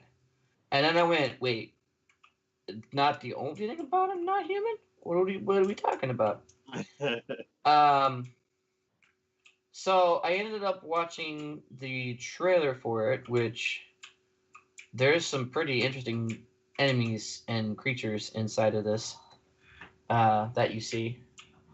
And I think they kind of give you a teaser about what they mean about the boy not being entirely human. Mhm. And I'm like, oh, well, that sparked an interest. Let me see what we're doing here. So they have enough of they seem to have enough in the storyline wise that it kind of goes in places you might not think about that makes me look at it and go, okay, I'll give it a shot. I'll see what happens. Oh god, yeah, some of those monsters are just crazy looking. Yeah. No, and like I said, I definitely want to see what it is that they're talking about with this kid being not quite so human. Yeah, crazy monsters, crazy action sequences, pretty decent character design, good background format and everything. I'm down for Why is this one not on my list? it. Because you look at the trailer now and you're like, hey, that actually looks kind of cool, right? Yeah, I'm looking at it now and I'm like, wait a minute. Huh. It looks pretty decent. Yeah. It looks pretty decent. I'm curious why I didn't put it on my list. I mean, I'm not gonna lie, I definitely. And what is it? This is action supernatural. Oh yeah, see that's beyond other than fantasy. If they'd have ticked that box too, I'd have been like, well, shit, we got the trifecta here. Yeah. We got the trifecta. Okay. Good. All right. The next show we're going to be talking about is Log Horizon. Season 3. Yeah. I okay, so I'm just gonna say this right from the get go. I love Log Horizon. The main character is probably one of the few characters in anime that I've ever come across that I feel I myself can relate to. Mhm. Because for him, it's not so much the physical abilities and capabilities that he can do, but it's more the mental, more the knowing yourself, knowing who you're up against, and utilizing every bit of things that you can in order to accomplish what it is that you need to do. And the things I've seen, um, can't remember his name now, but as the main character, the things I have seen him do, and the struggles I have seen him put up with, I just love the series. I think it's an amazing series. The second half of the first series or the second series, I think I was a little bit disappointed with, only because they had the kids that he takes care of, kind of go off on their own and do their own mission. Meanwhile, while he's doing something else entirely different, and I kind of wanted to follow with him to see what was going to happen, but instead they're like, we're gonna focus mainly on the kids, and you get to kind of see the outcomes of what he does. And I'm like, oh, come on. I mean, the kids are cool and all, but I wanted to see what the main character that I like does. So, um, this is done by Studio Dean. Dean! Yes, as we all know and love us some Studio Dean. Uh, Yes. Mainly for some Seven Deadly Sins, Sailor Orphan, Moon. it's a great one. Sailor Moon, another great one. Um, yeah, I mean their pedigree, they go back what God easily. Konosuba. I mean I'm already in 2008 and still going back 2005, still going back. Like yeah, they might even break the two. Yep, nope, they break the 2000s. So they've been around for a good long while. Yeah, and And the genres that they touch are kind of like similar every year. They're like a little bit into the occult, a little bit into fantasy, a little bit into like every now and then they'll sprinkle in a little bit of cutesy shows, and then they'll do some school shows or some Edo based shows, mhm. and then they just kind of stay in that genre. Those like small little niches. They don't like kid show, kid show, kid show, edgy, kid show, kid show, kid show. They just kind of stay average around those Oh, four and they different did things. the Reader Die series as well. That was great. Ooh. I want to go back and watch that. Oh That was God, like, that was an amazing show. yeah, that was groundbreaking back in the day. Shot well, and you know what? I almost feel like it would hold up even today, as far as an anime goes. Mm-hmm. I think too many people don't even know about Read or Die. Anyways, going back to the original topic of conversation. So yes, this is the third season of Log Horizon. A year after adventurers were blown into the Elder's Tale world, Kiba's personality begins to teeter with the emergence of a new monster, Genius, a festering power struggle between the East-West aristocrats and the growing gap among the adventurers themselves. Finally, the Round Table, the symbol of the unity, faces a decisive crisis. Um, yeah, I mean, I love how like they're trying to figure out they're like okay in situations like these. This is definitely an isekai anime, right? Yeah. And a lot of times what ends up happening is that when they get transported to another world or inside of a game or something like that, the characters themselves will start trying to figure out what the hell happened, why the hell it happened, and what they can do in the meantime. Main character in this one says, "Screw that. I don't need to know what happened because I'm already here." So obviously the what is we just got transported somehow, some way into this game. I don't need to know why it happened. It's irrelevant. Why is we're already here? Why do we need to know why it happened? What I need to know is how the hell we're getting back. And that's been his primary focus from essentially day one. He's kind of detered a little bit off of that every now and then, only because he still has to live in this world. So the problems of this world kind of become his problems as well, and the other adventurers because they got to figure out what it is that they're doing or why or how or whatever. But his primary focus never truly falters. Um, and he's just trying to make the best of a essentially horrible situation. Mm-hmm. Um, so I greatly appreciate this one. I think it's a great. I'm loving the fact that we're getting more of it.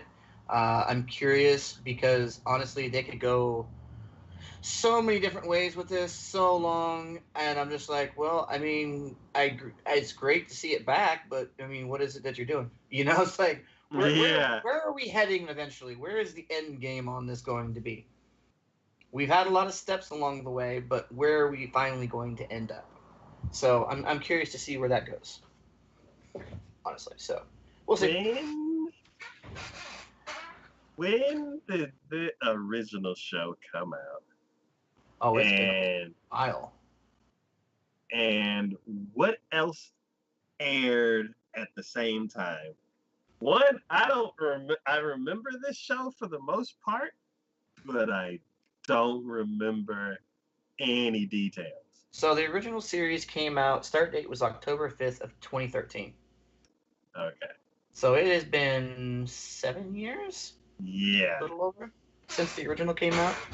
And Yeah. then the sequel, Log Horizon 2, came out 1 year later, on October 4th of 2014. What I want to know is what else came out at the same time, I'm because I pretty sure I feel know like, what you're talking about, and you're probably right. I want to say it was probably Sword Art that came out. If well, because not, I'm like, there was two shows that I think we talked about on the show. I was way more into the other show, and you were way more into this show.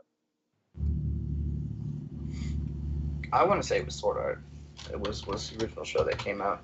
It was either Sword Art, because they were very similar in their shows. It was Yeah, either Sword Art or it was Dungeon. I want to say one or the other. I wanna say maybe Dungeon. Uh, Hold on, Sword Art Online Series Season 1. Mm. Oh no, Sword Art came first by about a year. Yeah, So I think Sword Art was the show that started the whole isekai genre, and then there were two follow-ups, two big successful follow-ups. It was this one and something else, and I have a feeling that those two shows came out, and I was way more into the other show. Like, was this Konosuba? Like, I can't remember what it it was, but I feel it like there was might like have been because um I feel like there was like a divide on this. yeah, because Sword Art, or no, the Dungeon came out April 4th, 2015. Okay. So it came out almost, well, not a year, because it was um let me see. Konosuba. I feel like Konosuba's right on the money. I feel like you might be right with Konosuba. I feel like, Mm. and then that would make sense. Why? Because I never really cared much for Konosuba. Yeah, what was it? I'm actually looking in the season, and I I'm want to not. say Konosuba season. There's Outbreak Company. There's Oh no, that came out 2016. That's 2 years after. yeah. Uh, I'm not sure what it was, but I feel like there was a divide because I'm gonna have to rewatch Lock Horizon. Mm-hmm. I don't remember the details. I don't remember like the specifics of their situation. I know that there wasn't like really a why or a how they got there. It was just let's make the best of it. Yeah, which I And appreciated. yeah, um, and then I know that this was one of the shows that had like a really good intro because a lot of people who I like other anime podcasts at the time back in 2013 and stuff Oh, like that. I love the intro.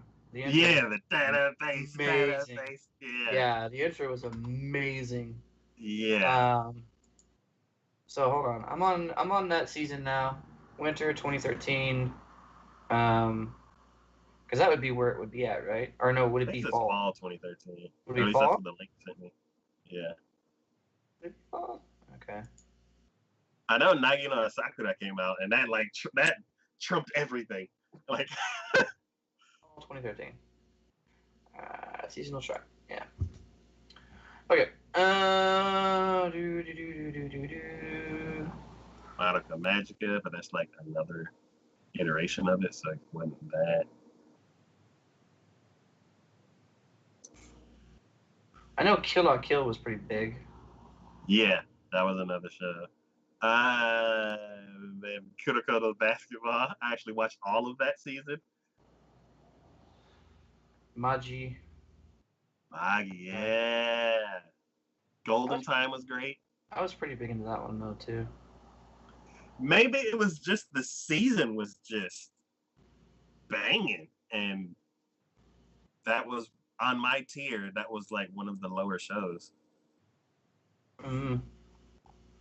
So it lasted for not only the fall season, but it went into winter as well because it was 25 episodes. Oh, okay. So I'm curious if maybe what ended up happening is you watched the first maybe up to 12 episodes, and then something else came out in the winter that prevented you from watching the rest of it. Ah, Kotoro-san came out. okay. Oh God, one of the ones that I want to love so much, and I need it needs to have another season or continue. Came out that one too. Trouble Kids from another. Yeah, That one came out on that one. Nisekoi. And 2014 winner. I'm on Winter 2013 now. Oh, I need to be Nah, on Winter 2014. Sorry, yeah. I was doing the I wrong was one. looking at that. I was like, wait a minute. I was doing the wrong one. Whoa, what am I doing? I forget that they do that. All right, I forget that they Yeah, it do starts with that. winter, which is when you think Silly. about the seasons, you always think winter's the end. Yeah. So okay. Um.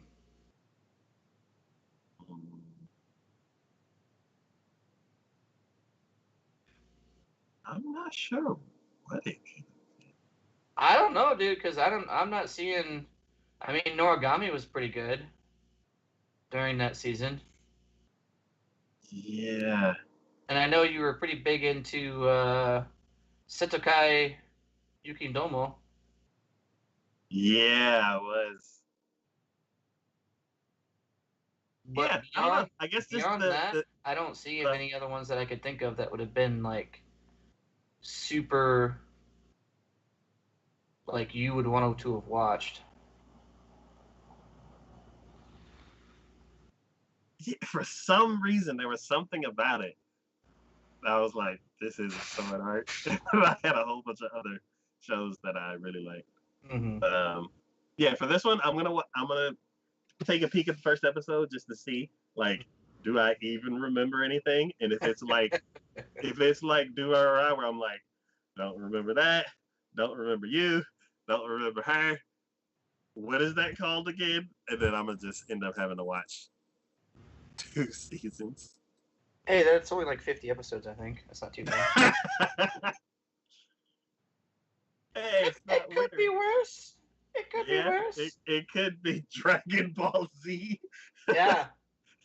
Actually, yeah, it's exactly 25 episodes for each season, so. Okay. That seems like a lot of story for me to have forgotten. It's a lot, dude. It's a lot. Did I That's even interesting. watch season 2? You might not have, because once you didn't watch season one or didn't fully watch season one. Wow, I must be very behind then. So Log Okay. Horizon, Log Horizon 2 are both 25 episodes. One was done. Well, that's kind of interesting. So the first person or the first studio to do Log Horizon was Satellite, Yeah. but Log Horizon 2 was done by Studio Dean, Hmm. and then they did the. Now they're doing the most current one. Interesting. I wonder. I I wonder if wonder why. Studio broke out of Satellite, kind of like how Bones broke out of the studio that does Gundam, Star, no, Sunrise. What's this? Sorry, I clicked on Studio Dean, and they have a anime that's to be announced called Bojingling, and I just kind of went, "I'm sorry, what was that?"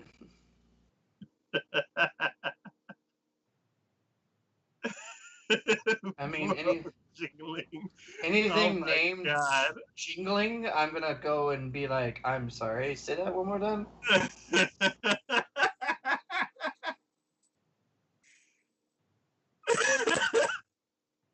I want to hear it pronounced with a Japanese accent. Byo jingling. It says it is jingling. Jingling. Jingling. Jingling. Anyways. um, So yeah, no, season 3 I am super excited for. I mean, we've now been without a season from Log Horizon for how long now? At least 5 years or so. yeah, I mean, it's been a hot minute. it So was it's like one of the um I mean, big shows that pushed the genre. yeah, it was one of the easily one of the top 5 I would say for isekais. Um, Yeah. when that whole thing started, and I mean we've definitely tapered off since then, Mm-hmm. but it's just kind of like weird that it was such a long gap in between till now. So Glad to see you back, show. I need to do some homework. Yeah, the next show we're going to be talking about is Sorcerer Stabber Orphan Battle of Camilla. now, as much as I enjoy Orphan, I watched the first episode of this one or of the previous one that they did, Huh? and it's like, nope, just nope. Wow. I couldn't even finish the first episode. What happened? It just seemed so blasé. Nothing in the first 10 minutes of the first episode grabbed me. Nothing. Do you think because they're like just stretching it out to be multiple sagas, or I don't know.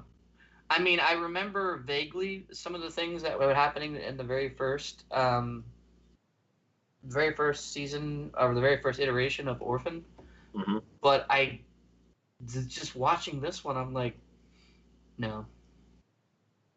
I don't know And if it's it's just nostalgia kicking on me and going, how dare you make a remake of something that was so good when I was first watched it when I was younger, and nothing can compete to what it once was, or if I'm just like going, it's all right, I guess. Yeah, I don't know, but I literally could not even finish watching the first episode of the last season. hmm, So I don't think there was a trailer, or at least I didn't have a trailer for when the first one came out. When I did my little trailer watch session, mm, and for this one, because we're doing it 3 weeks later, the trailer was out, and um I clicked on it, and I'm like, this looks cool. So I mean, I to each his own, but it's one of those situations where I feel like, I mean, maybe it's in the same kind of thought process as like what I had when I watched when they did the remake of Berserk. I was about to compare it to that because Berserk they just did CG and just Blew it. yeah, it just Yeah. Bombed the shit out of it. Yeah, yeah. No, that was definitely not their greatest thing that they've ever done, and yeah, I'm mm, I don't know. I feel like it could have been so much better, and I feel like I don't know. I feel like Orphan is just maybe it's just because I know how the story's gonna play out, or I know why. It's like there's situations where where there's no mystery to it. uh-huh. Sometimes half the anime is being able to figure out what's going on, who's the bad guy, why we're doing this, what's the driving motivations behind somebody, and to see the character evolve and develop and then reach their goal and be like, this is awesome.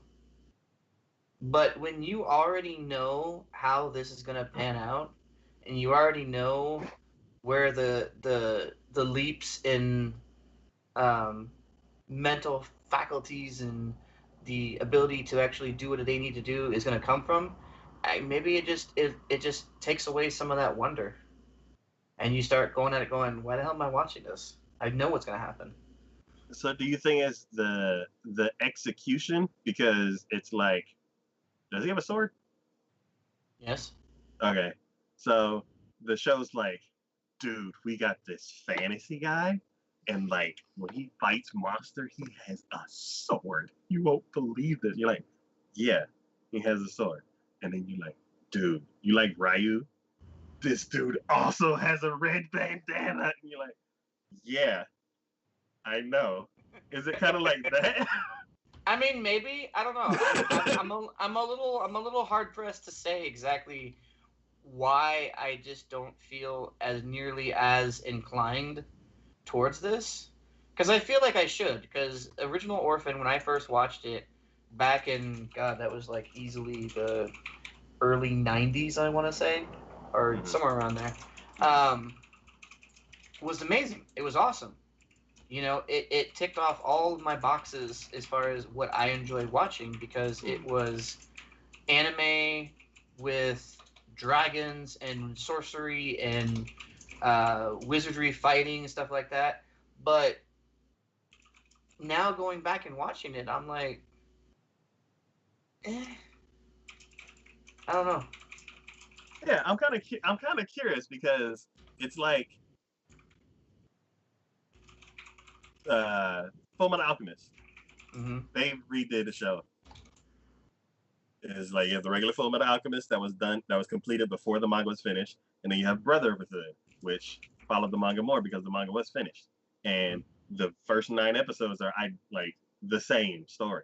It's just when you're watching Brotherhood, you're like, oh, okay, yeah, that's when that part happens. You're like, oh, okay, cool, that's when that happens. Then you're like, wait, where are you going? No, you're supposed to go over here. Oh, this is where it's splitting, and then it's just complete Completely awesome. different.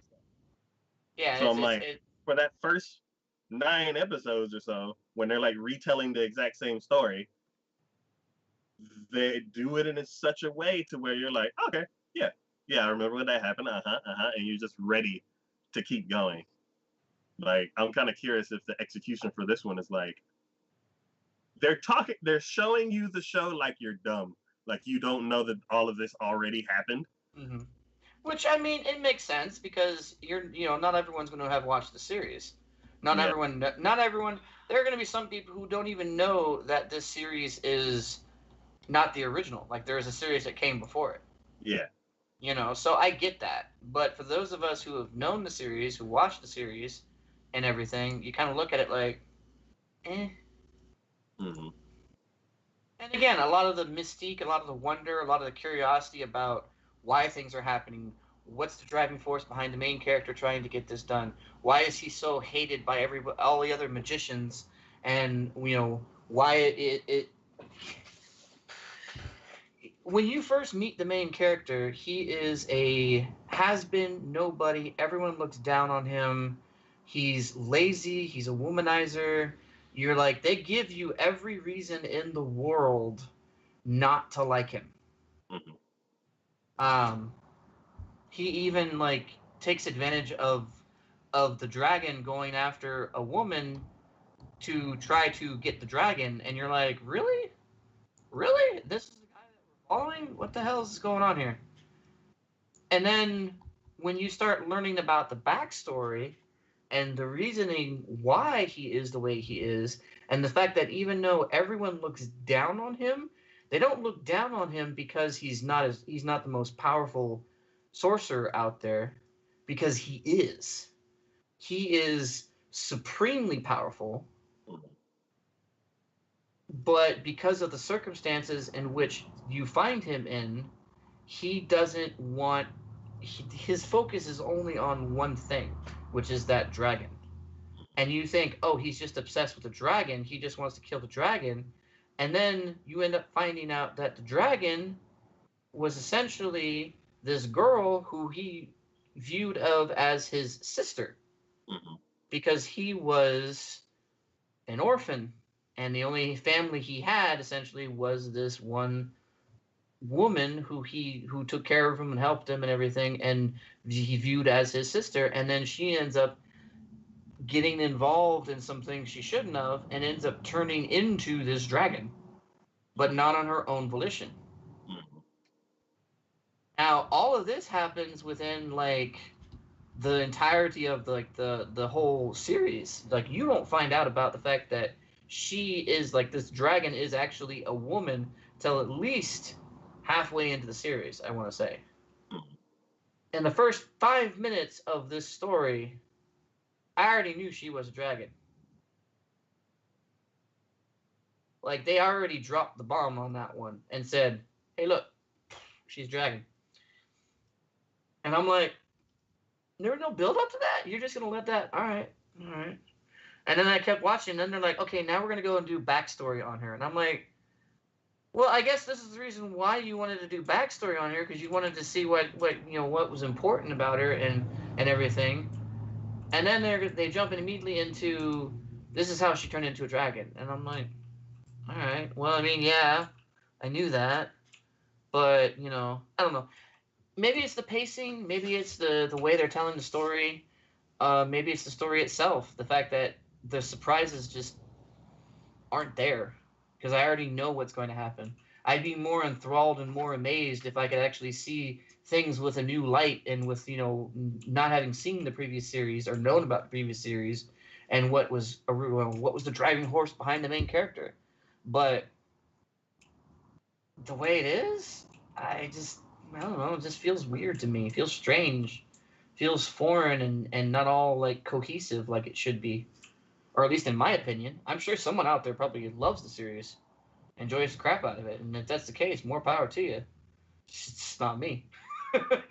So, do you think this is one of those situations where it's like a Full Metal Alchemist, where the original series, like the source material, wasn't completely done, so they just kind of stretched it way out as I far don't as know. like when events took place, I don't know. and then Because here's the thing with Full Metal. So here's the thing with like things like Full Metal Alchemist and Helsing.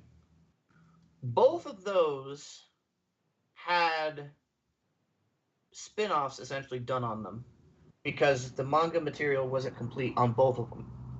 yeah, So they went in completely different directions on both of them. yeah, I can appreciate both the older version and the newer version. yeah, And in fact, having seen the older version, watching the newer version gives me more of an appreciation for the newer version. yeah, I don't have that here. You know what I mean? yeah. I guess because I was So kind of leading up to the fact, like, let's say that the manga was like a quarter of the way done, and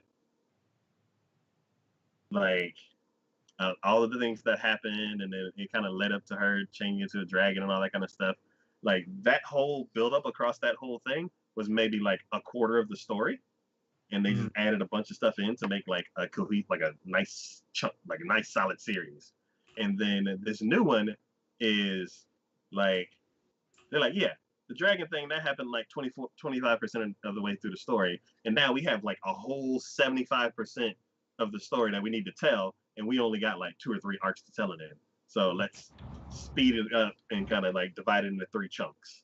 So when you're watching the first one, you're like, yeah, one also because of the way anime's done nowadays, where it's like there's back then when Orphan was out, there was like maybe 3 or 4 other like high caliber shows of that time that to watch. So you're like, I can get back to it. And then nowadays there's like 50 new shows coming out, or like 30 that we're talking about today, and it's like we gotta catch them right away. So here's this hook. Guess what? She's a dragon, and this is how it happened. All right, now we got to tell all these other like 75% of the story. Do you think it's something like that, where it's like, yeah, it's a pacing issue because of content, like the original story? If that's the case, then I think they're doing the whole thing a disservice. They're doing it a discredit So instead of because, it should be like 9 times as long. well, I don't think it necessarily. It's the way that the storytelling is being done. Mm-hmm. Like they evolved the characters, and you got the backstory behind each of the characters that went with Orphan as they went. You understood why they were there, what their reasoning was, why they stuck with what they did. Like all of this was pre-established Mhm. prior to that. Then, and only after that, did they go, okay, we're cool there. Now, this is, we were going on this hunt, but we had so much that wasn't really happening with the hunt for this dragon that we didn't worry about it. But now that you've established the characters, the world, they're all their reasonings behind what it is that they're doing, let's go back to the dragon. Now it's more of a threat. Now we have to deal with it. And then all of the other truth bombs and spoilers all came out, but it had a greater effect on the watcher because you now felt more strongly about the characters. You Okay. understood the reasonings why Orphan was a jackass and why he was just kind of like a womanizer creep who didn't really give a damn. He Mhm. did give a damn. He just had to front a persona because his primary focus was getting to this dragon in order to try to change her back, whereas everyone else believed the best way to deal with her was to kill it. So because of that, he renounces the magic school and says, "Screw you guys! I'm going to deal with this on my own." So essentially, he became an outcast. Mhm. But before he did all that, he was one of the best students in that academy. He was top tier. So like when they introduced that after you've been shown how bottom tier he is, because you're like, well, like he deals with things. You're like, wait, you could have done something with magic to deal with that. Like, what the hell's going on? Why are you so like da da da da da da? And then when it actually matters, all of a sudden he pulls it out, and you're like, oh, okay, this is what's going on. Got it. You know what I mean? Mhm. So it's So do you think they're mishandling the story? Because a lot of shows now, they're like, here's the thing up front, and then we'll explain it in the next episode. mhm.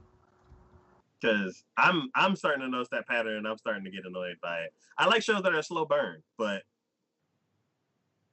As if long they, as they have a good payoff when that burn happens, yeah, absolutely, I'm all for that. Like I'm all for if you have a good payoff on your slow burn, then I'm all for it. But if not, and you're just I can see a quick pace. I can yeah, see why that would be a good there's thing. a fine line between slow burn and dragging. Yeah, yeah, yeah, yeah. No, for sure, for sure, for sure, 100%. Yeah. But I don't know. Like I said, had I not seen the previous one prior to this, I might have a different opinion. Okay. I might be of the opinion of I might have watched the entire season of that and then been like, hell yeah, bring it on, let's do some more. But because I knew of the previous one, I can't do it. I kind of want to watch. Like, this is one of those shows where I kind of want to like watch the original and then watch the other one because the remake, because Orphan is a show that's kind of is a classic. Like, it's a show. As Oh, soon as it somebody is. like, as soon as you're talking about anime, you say Orphan. I'm like, oh yeah, to do with the red headband. Mm-hmm. And as soon as I saw him, I'm like, oh yeah, that one dude. So that's, Mm-hmm. and I don't know anything about the story except for the stuff that I'm like hearing now. So it's one of those shows that I kind of want to give its like own little treatment, like I do like a comparison kind of thing. But yeah, I may sneak a peek at this one just to see what the animation is like and all that kind of stuff. But yeah, it is a show that I kind of want to give its own little special time to. No, I get you, and I would agree with that wholeheartedly. Like it's definitely something where I feel like is it's when you talk about classic animes, when you talk about things like Trigun, Neon Genesis Evangelion, things like that, Orphan's right up there with them. And in fact, it may not be as widely known as the others, but those who were around during that time period know of Orphan, even Yeah, if you never watched it.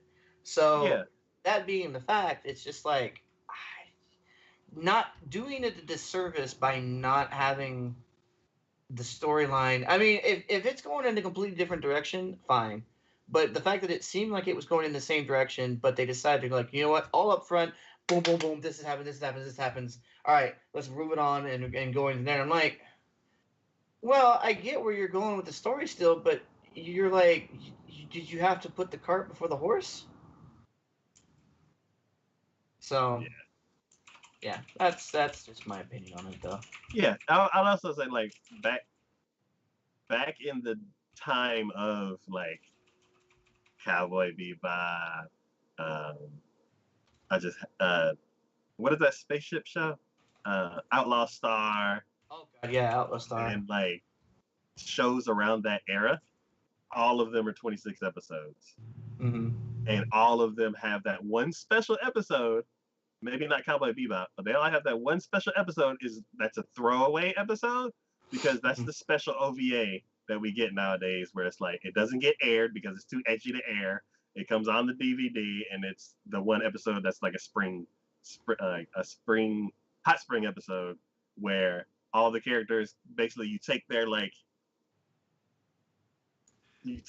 the one weird thing about the character and just crank it up for that episode where it's like a nonsense episode Mm-hmm. because you have 26 episodes. You have so much time to flesh out the characters, and you have so many episodes. You have an extra episode that you can kind of just throw away. Yep. And nowadays, they're like, you got 13. Maybe we'll give you 3 batches of 13, but you got 13. Mm-hmm. And I feel like a lot of shows that are like, especially a lot of remakes, if they don't handle it properly, then I don't think the remake's going to do as well as, especially with the new, like with the old school fans, Yeah. as it would have done if it was done like properly. No, I completely agree. But I yeah, completely agree. yeah, I I mean, definitely want to come back to this one. Like I feel like it needs a like it needs a critique. Like so we can, because I kind of want to wrap my head around that. So then whenever another remake comes out, I'm like, oh, okay, they're doing the same thing. They're trying to rush it, and I'd like to feel more confident in like saying that. I mean, to me, it's just like it's the difference between. So, what was it said before? Like, Spawn, the movie. Mm-hmm. The original movie, the movie that they came out with was fine. It wasn't great, it wasn't grandiose, it was fine. But those who were fans of it were disappointed by it. But then somebody who was a fan of it did a short on it and put the video up on YouTube, and it was great. It was Yeah, amazing. But because that's a person who actually cares about it, who knows the source material, who knows what's going on with it, you can't beat that. yeah, And unfortunately, they just don't. So many, I guess, so many of those companies like that, and you can make that same comparison for like video games too. Like so many that don't have a reasoning, like no reason or purpose for creating or releasing a game are somehow in charge of said game, and you look at them going, "Why the frick are you in charge? Who the hell put you in charge?" Because me just tell you right now, wrong. You know. So I just, yeah, it's just, yeah, it's just a disappointment, honestly. When it comes right yeah, down to it, it's just disappointment. yeah. So, Like not as bad as the other one, the CG remake. oh yeah, Berserk, yeah, Yeah, not as bad as Berserk, but still yeah, disappointing, I guess. it's just disappointing. So that's why I'm like, I can't do it. I just it hurts to try to see something like that when you know.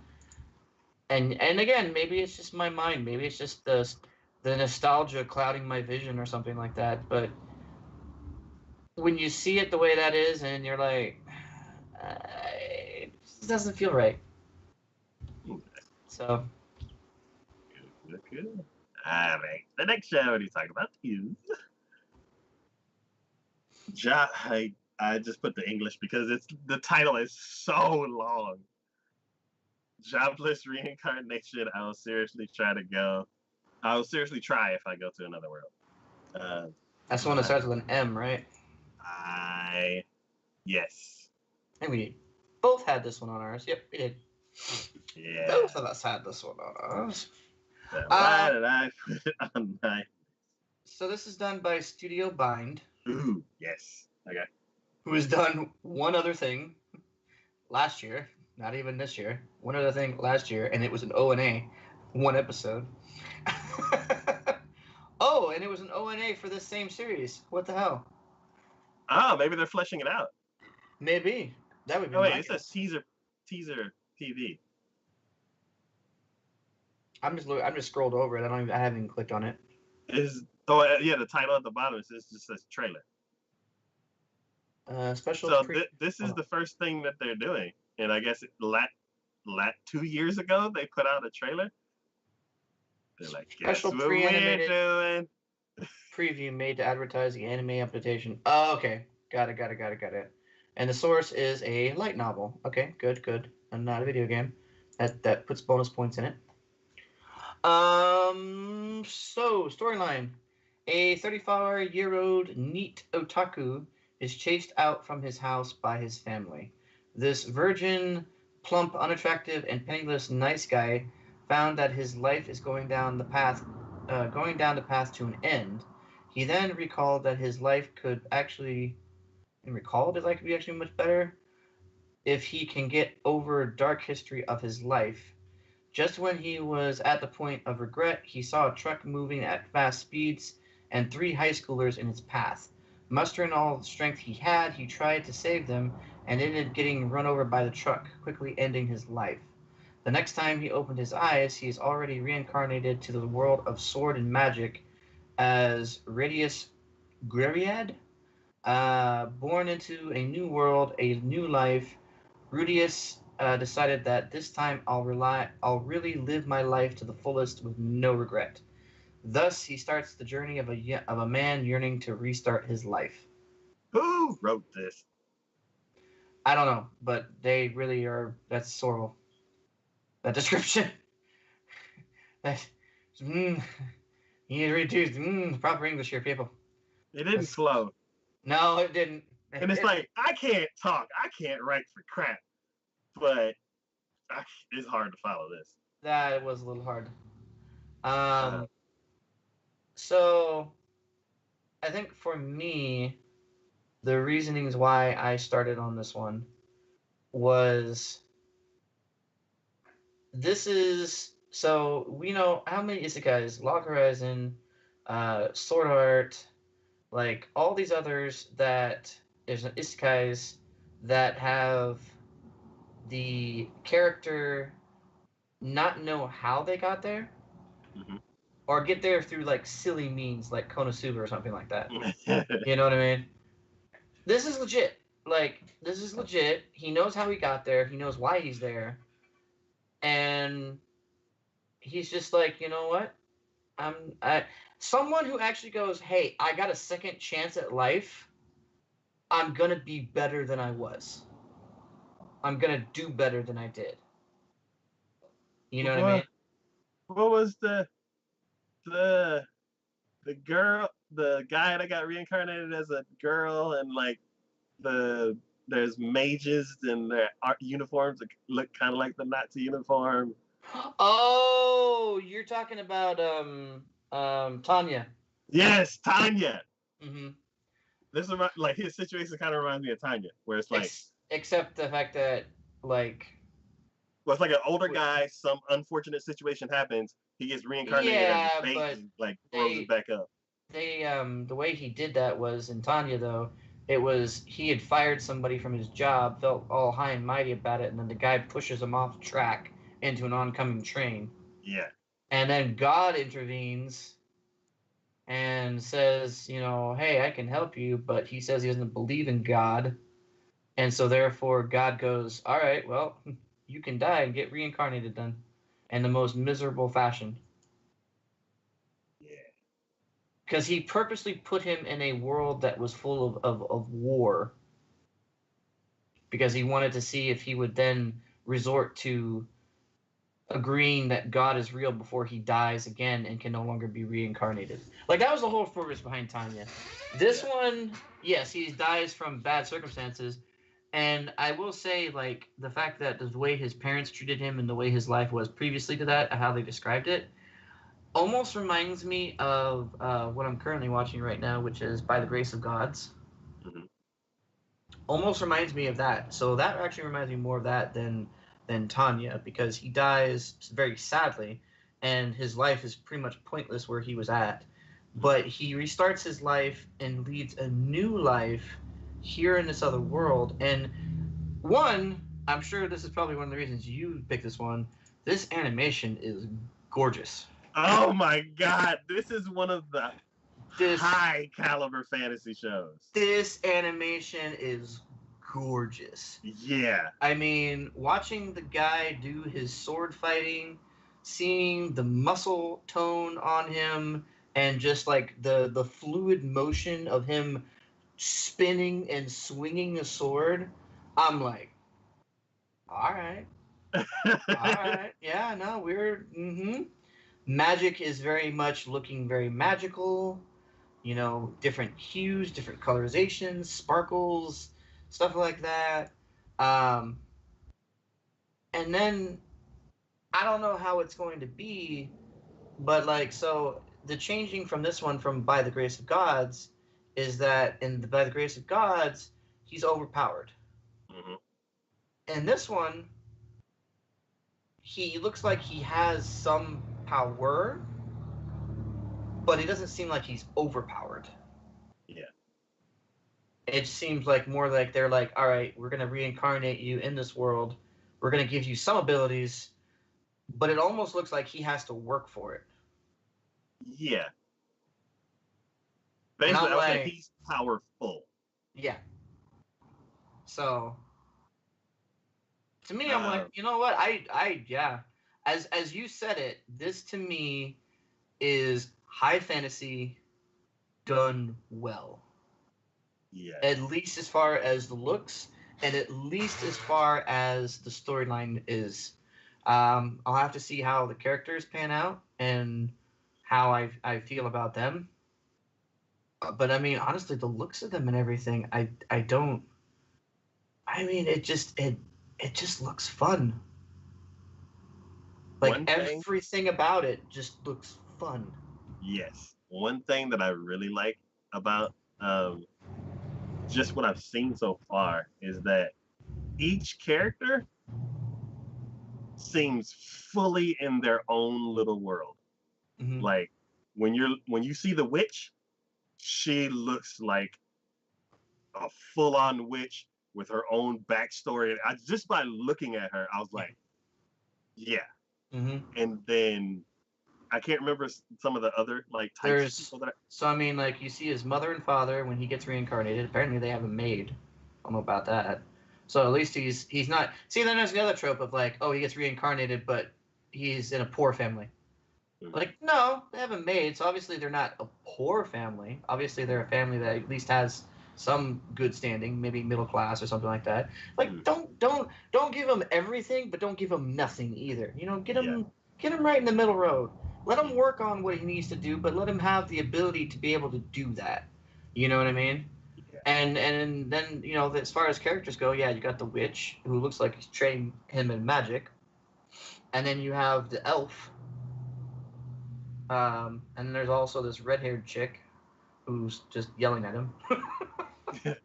So And it's like, she's what is probably it? the trope of the what is, oh god, that one character type that is always angry and Ah, Sundere. yeah. Yeah, She's yeah. probably a tsundere.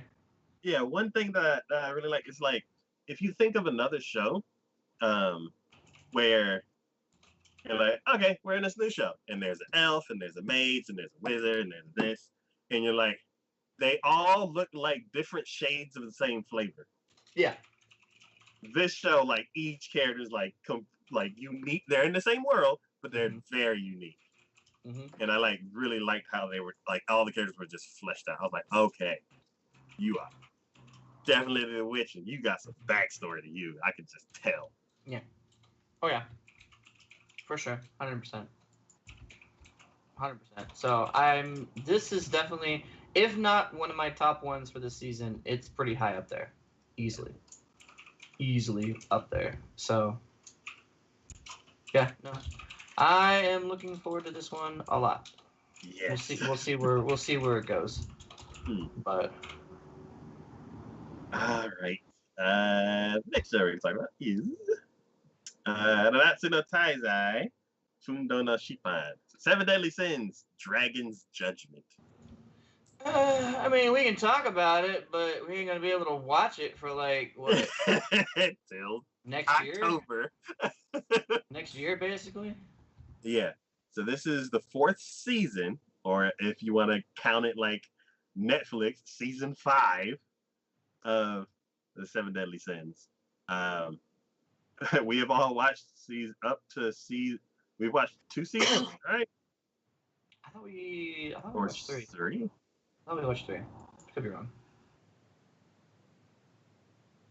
Either way, I mean, should be the okay. This is if you haven't. I mean, I know we're with this one. We're 2 seasons behind. I don't necessarily know what else we can say about this one other than go watch it. Go watch it. It is amazing. It is amazing, and I know for me personally, it hits on so many levels because 1, it's fantasy. I love me some fantasy. 2, they use pre-existing lore, but they twist it to meet their own ends, which I absolutely love the shit out of. And then the animation is amazing every single time.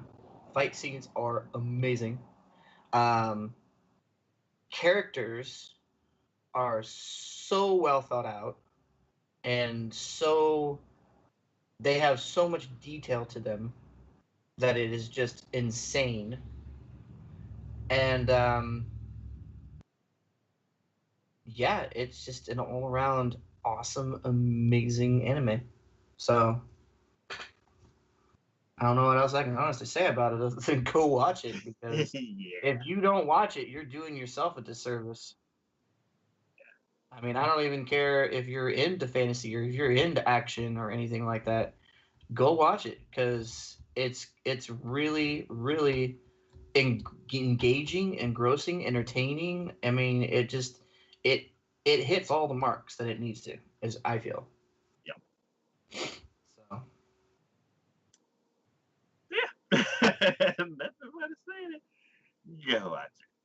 Alright. The next show we're talking about is Ore Dake Hairu Kakushi Dungeon, or The Hidden Dungeon Only I Can Enter. So, did you have this one on yours? No. Okay. I probably would have picked this one anyways, just because it is a fantasy. Mm-hmm. But I had this one recommended to me. Okay. So I'm gonna check it out. But if you haven't watched the preview to this one, it's pretty ecchi. Pretty ecchi. The reason I say that is that it's apparently how to explain this. Well, okay, so I'll go from the storyline point. Well, first off, this is done by Okuroto Noboru. I'm so confused. Which has done nothing. Like they're only starting this year, so yeah. There are a lot of new studios coming out right now. Okay, so the third one, isn't that the demon show that you were talking about?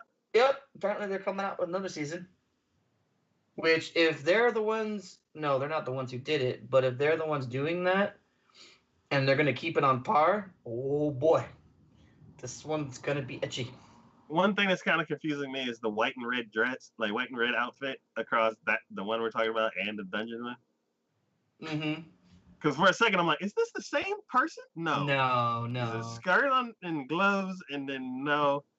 And then I'm like Like comparing the other. I'm long like, and then there's a girl sleeve. with pink hair, and then there's another one with dark hair. I'm like, what is this?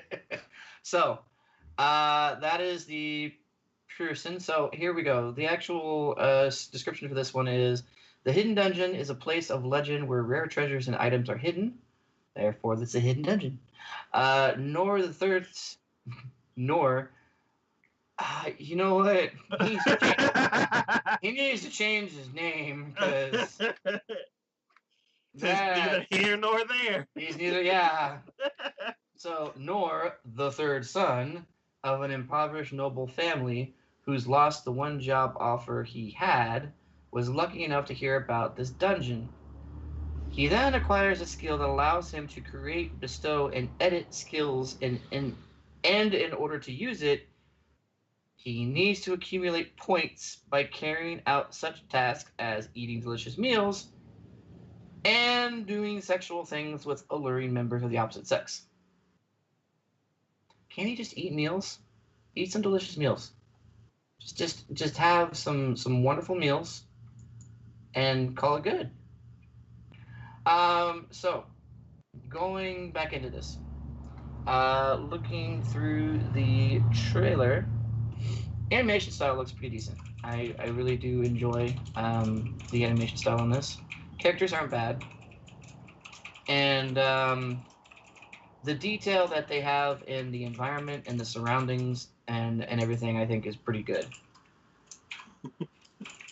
See, no. I'm like, hold on. I'm like, studio, why are you making this guy do this? And he's like, it's in the rules. We can't help it.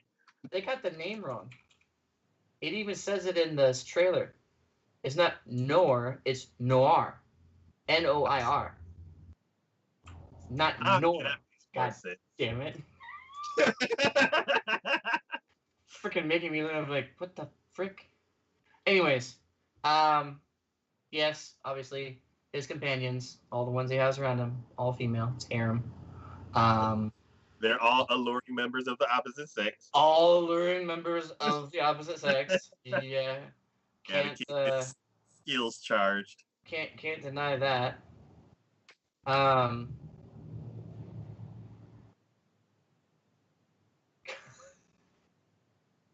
It's just, yeah. Mmm. Ah. Mmm. Just, you know. It's a favorite. Dude, You know, if we were just doing like casual kissing, I'm okay with that. You know what? Hey, that's almost like what is that one anime with the teacher who's the kid who kissed the girls, and he was a wizard teacher or whatever. God, I can't remember the fucking name of it. The name of it, the character was literally the name of the actual anime series. Starts with an N, I think, or something like that. Nichima. Yeah. See, all he did was kiss him. Kissed him. They got power. All right, cool. It's done. He looks like he does a little bit more than that. Just a tiny bit. And, you know, I say details and characters, and they decided to have that detail carry over into other parts of characters, too. Yeah. So, you know what? Hopefully it's not a lot. You know what? Hopefully, like, he does the things, and then we're like, all right, now we can just say he does the things, and you already know what he did. We just don't have to show it again. Because you've already seen him do it once. You know what I mean?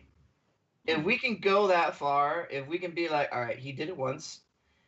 She lifted up her skirt, he lifted the panties, and you got powered up. Cool. All right, you know what? Now we go into this room and he's like, "Hey, did you power up?" He's like, "Yep, look at the panties. We're good to go." All right, cool. Ladislav, we're having it like every freaking time he needs to power up or something like that. It's like, can we avoid that, please? I'd greatly appreciate that. Yeah, just do like the Superman phone booth thing. I just walk into the room, then walk back out. Be like, cool, ready to go. See, I love it. Let's do that. Let's do that. let's do that. So, yeah. I mean, I don't know what else to say about it. It was recommended to me.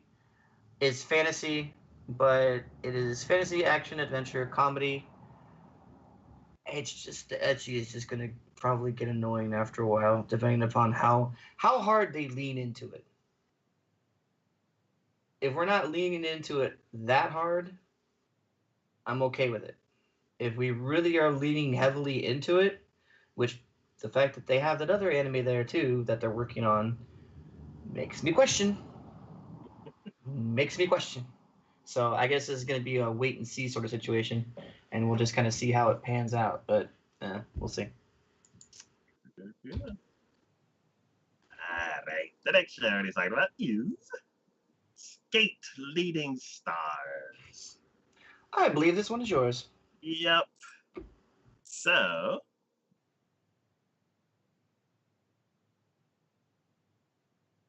that's the wrong picture. No, it's fine. It's fine. Don't worry about it. It's fine.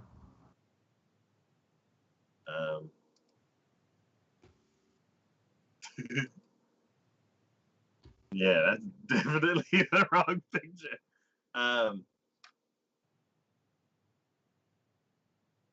I'll fix it in post. That sounds about right. So this show is done by JC Staff, which we love. They're the ones who did Railgun, I think. Yep, Railgun, Index, Dungeon.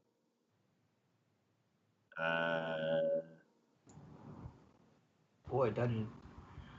The second season of One Punch Man. Konosuba. Oh yeah, I'll try not to hold the second season of One Punch Man against him too hard. For some reason, I just haven't touched that show. I was like, you know what? It's not what is it?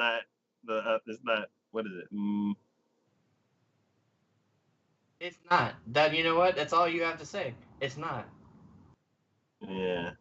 It's all you have to say. I can't remember the name of the original studio. Whatever it is, it's just not. Yeah. Yeah, and a bunch of other shows that we've talked about before. But yeah. Figure skater Kensei Maeshima stopped his career when he heard those words from his rival Ryo Shinozaki when he heard those words from his rival. Some years after, Maeshima, now a high schooler, uses his physical talent to help other clubs with various activities while never committing to any one thing. One day, he sees a press conference where Shinozaki announced that he was shifting from single skating to skate leading. After that, he met a boy named Hayato Sasugai, who knew of Maeshima's single skating career. With those words, "I need you," Sasugai invites Maeshima to the world of skate leading, or competitive team-based skating. Skate leading is a fictional figure skating competition, of course, in which each team of 5 skaters earns points for technical skills such as unison formation and artistry, such as composition and entertainment, from an automated camera-based system and 9 judges. There are 3 positions on each team: the lead, who is the point getter in many of the combination jumps; the wings, who are mainly responsible for twists, lifts, and similar elements; and the guards, who perform with such elementals as lifts and steps. Some elements as lifts and steps. I don't know why. The reason why I added this is because it reminds me of that one show, one other ice skating show that like took the world by surprise, which I can't remember the name of, years ago. And I really liked it because they had like Twitter in the show. And I was like, that's cool that they're starting to add like social media and stuff like that. And then they had some LGBT characters in it, which was a big thing for anime. And the animation was really, really good. So I see another show and I'm like, oh, ice skating again. And then 5 people jump onto the ice skating rink. And I'm like, wait a minute. That's not supposed to happen. It's supposed to be 2 max. And then I realized that it was all guys. I'm like, oh, it's Idols on Ice. They've turned ice skating into a boy band activity. Yeah. And that's all I wanted to say about it. I don't actually think I'm going to watch it. I just wanted to say that Idols are on ice now. Okay. Because for some reason, like this season, there's so many Idol shows. There's like Idly Idol and Idol and Big Idol. There's so many shows that have Idol in it. It's Won't you be my idol? It's so many. But yeah, Idols on Ice. And that I just wanted to bring. All right, next time we're going to talk about is Shingeki no Kyojin, the final season. Attack on Titan, the finale. Which is apparently already airing. You saw the trailer? Attack on Titan is currently airing at the moment.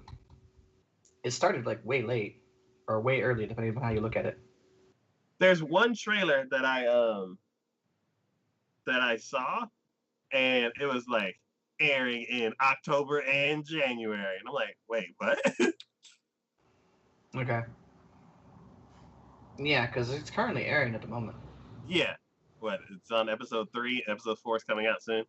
So yeah, I didn't know about this because I've been completely buried under boxes. So yeah, Attack on Titan's back, and I guess I gotta do some catching up. Yeah, they needed to get 4 episodes in early. But hey, more power too. Yeah. So have you or the season before this one? No. Okay. Yeah.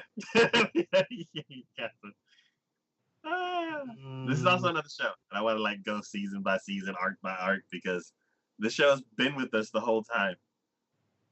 The last season that I remember watching from Attack on Titan was the one where he ends up controlling the Titans to some extent. And they find out that the walls themselves, the inner workings of the walls, have Titans in them. Mm-hmm. That's the last season I saw. Yeah. There's so much. Oh yeah, I know. There's so much to where I watched the trailer and I'm like, wait a minute. This is nothing like any of the other seasons. What? Oh yeah. Fully aware. I've got a lot to catch up on. So, I don't know. This is weird for it to be reversed. Attack on Titan is a weird series for me. Mm-hmm. Like, it's good. I'm not going to deny it. It's good. It's a good, solid series. But I just go through these phases, I feel like, with Attack on Titan, where I'm just like, I really don't feel like it. Nah. Not today. Maybe tomorrow. And then, like, a couple weeks go by. It's, like, halfway through the season of, like, the 4th season. And I'm just sitting here going, I'll take a look at the 3rd season. I'll see what happens. I'll get all the way through the 3rd season. And I start watching the 4th season, go all the way through the 4th season, catch up fully. And then like the next season comes out, if if there is another season, then I'll just let it go. I'm good. I watched enough before. I'll wait on this one. It's fine. This whole season goes through, and then everyone's like, "Did you watch it?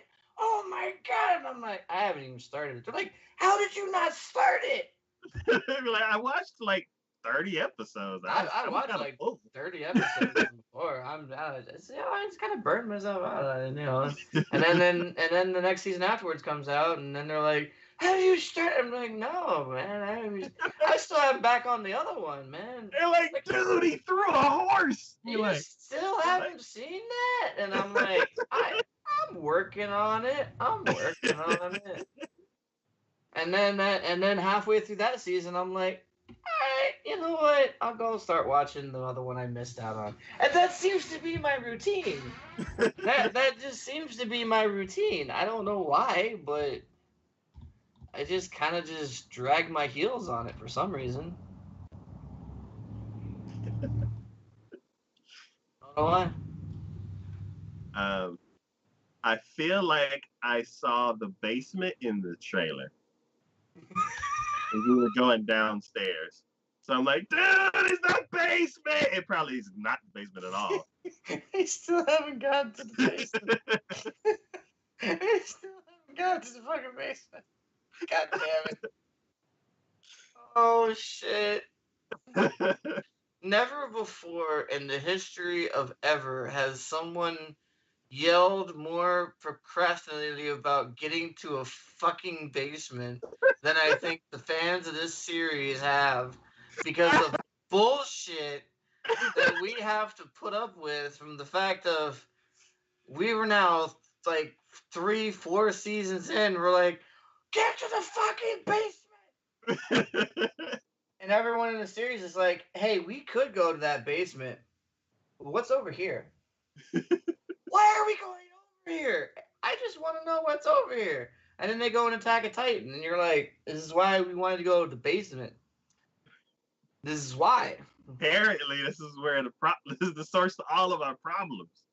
Somebody like, hey, did you know that there's titans in these walls? And everybody's like, what?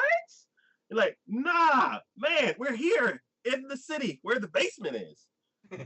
Let's go down in the basement. They're like, nah, it's dark down there. I want to check out these walls with titans in them. Did you hear they got titans in the walls? Meanwhile, there's a book in the freaking basement that goes in detail explaining why there are titans in the wall and how to get rid of.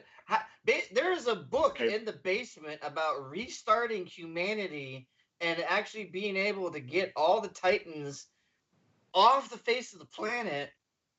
But we're too worried about the fact that we found titans in a wall to care about it.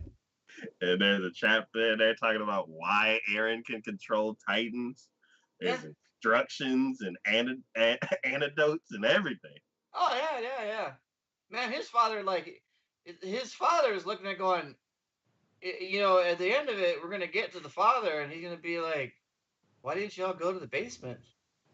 I left everything in there for you. I mean, I figured, I figured y'all would get there, and we'd just be like, cool, here we are, basement, we got it." Y'all have a whole huge battle right next to the basement, trying to protect the basement. He's like, I left a book with some vials in there. You could have gone down there, grabbed them, and getting your asses out of there.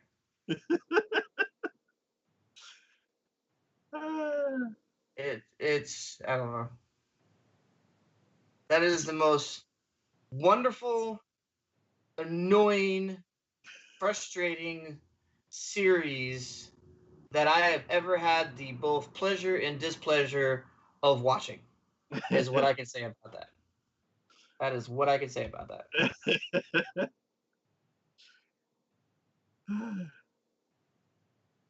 Well, let's see what distraction this series brings. Oh Jesus! All right, Attack on Titan. You know the drill. Yeah, you can like me procrastinate on it. Let's see. The next show we're talking about is Show by rock stars. I was say, show my what? So. Oh, okay. Yeah, this is definitely you on this one. So. Should have known It it. is a Wait, trend. this is the 4th season. Have you watched the previous ones? I watched the first episode of the first season, and then the second, and we talked about it. Like talked about a certain aspect of it, and then the second season came out, and I like brought back that topic, and then the third season came out, and I completely missed it. So now that the 4th season's coming out, are you going to bring back that topic and talk about it again? And I'm gonna bring over a new topic. So the reason why I'm bringing this for 2 things. Don't bring a new one into the mix. How dare you? So, Show by Rock. It is a show that back in years ago, I brought it up with this show and like another show because of moving 3D anime forward. In this show, they ended up transporting to another world, and in that world, it's all like CG characters, little chibi characters running around and doing stuff, playing music. The other show, it was more of an action show. So whenever they transformed or whatever went into battle mode or whatever, it was chibi characters fighting. The 3D animation in both of those shows were really good really good for the time, and I just had to bring that up back then. The reason why I bring this show up again is to call back to yesteryear, and then also they've turned this show into an idol anime.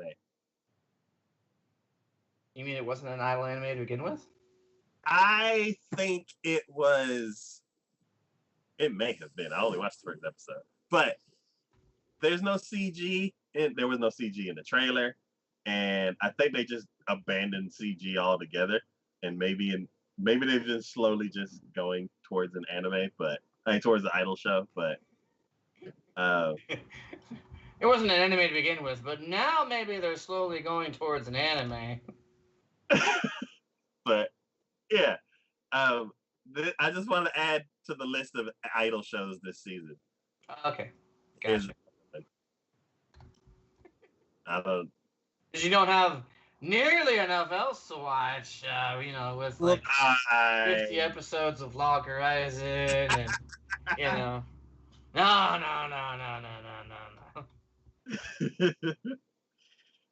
But yeah, I'm gonna check the first episode out and see if it's just full on idol anime. But yeah, the next show we're talking about is Skate or Infinity. I have a feeling this is also yours. Yes. Don't know why.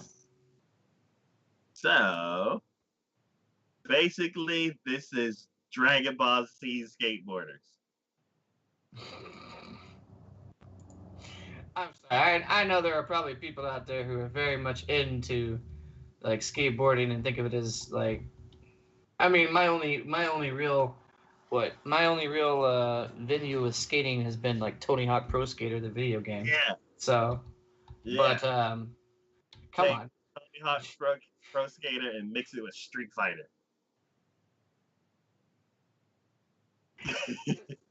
Sounds ridiculous. Oh shit. So the studio's Bones. Mm-hmm. Yeah, we haven't talked about Bones in a while. Yeah, where's Bones been? Let's see where Bones has been. Working on the Bones. My Hero Academia. They did something called Gotcha, and I don't know what in the world that is. Oh, it's a music video. Okay.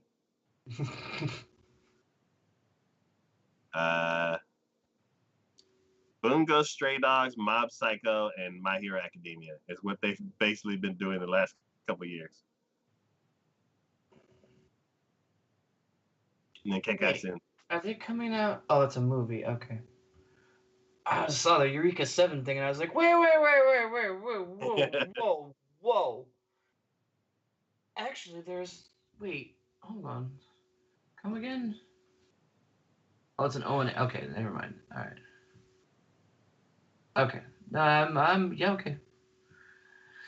Yeah, they've Yeah. been working on 3 to 4 big, very successful shows. I mean, I guess I can see why they want to keep their attention there, but still.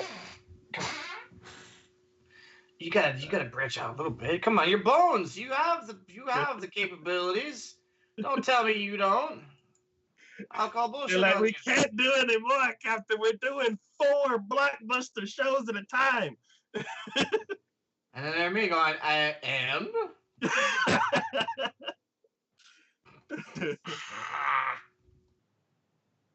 Come on. Yeah, skate. Ricky, a high school sophomore and skater, is addicted to S, a highly secret, a highly secret and dangerous downhill skateboarding race Uh, that takes place in an abandoned mine. it's just like Nor is the name.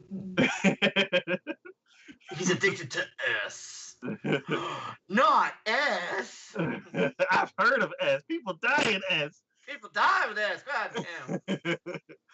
The skaters are especially wild about the beefs or heated battles that erupt in the races. Oh, what is with these names this season? Why? I mean, beef is a term and has been used before in that way, but the fact that Yeah, they it put it hasn't in, been they put explained it, and packaged that way. they put it in quotations and brought attention to it. Like we don't know what a beef is. You got beef with me, man? I mean, we know what beef is, but Yeah. why'd you have to make it sound like it was something special? They're Oh like, man, God. these guys, they have these beefs? What? What is that? You know what a beef is? Is it a cow? Do they have cows? Kind of hungry. God. Reggie takes Langa, a transfer student returning to Japan after studying abroad, of course, transfer student, to the mine where the races are held. Langa, who has no skateboarding experience, finds himself pulled into the world of S. Yeah, he just happens to be like the world's greatest skater that didn't know it yet. Oh yeah, yeah. Hey, we've all been there. We all know how that is. Yeah. I could be the world's greatest skater too if I ever picked up a skateboard. uh, um, yeah, it reminds me Do tell. of a little bit of Wacky Racers because it's like very Wow. like Out of all really, the really. things I thought you could go with, Wacky Rakers was not on the top of that list. Let me tell you. I don't even think it hit like fifth place on that list. Because it's like wildly different looking characters all racing each other. And I'm like, yeah, Wacky Races. Oh shit. Uh, so yeah, and a little, what is that?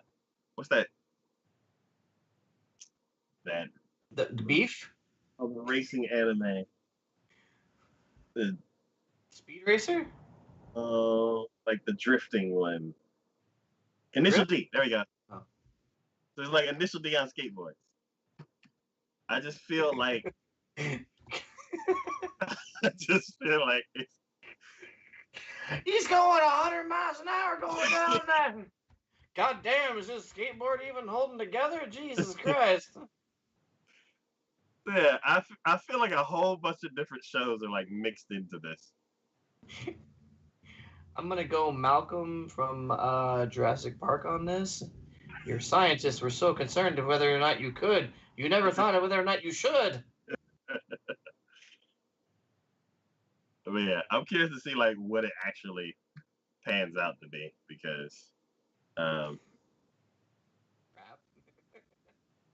That is Bones, and like they do. See, this is why I'm like, Bones, why are you gonna do this to yourself? Come on, Bones, what are you doing? Yeah.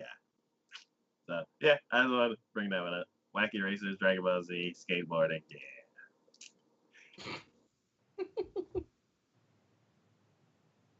Oh, I did it wrong. What? That other picture wasn't wrong. The description was wrong.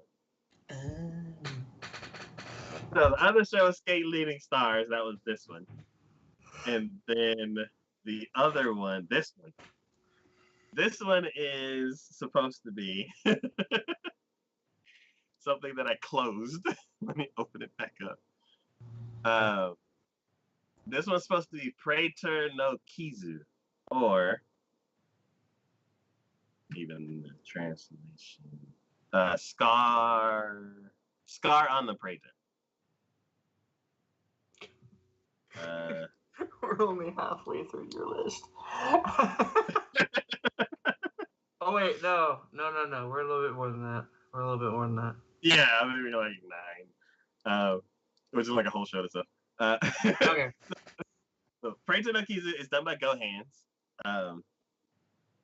And do you remember Go Hands? Goku-san?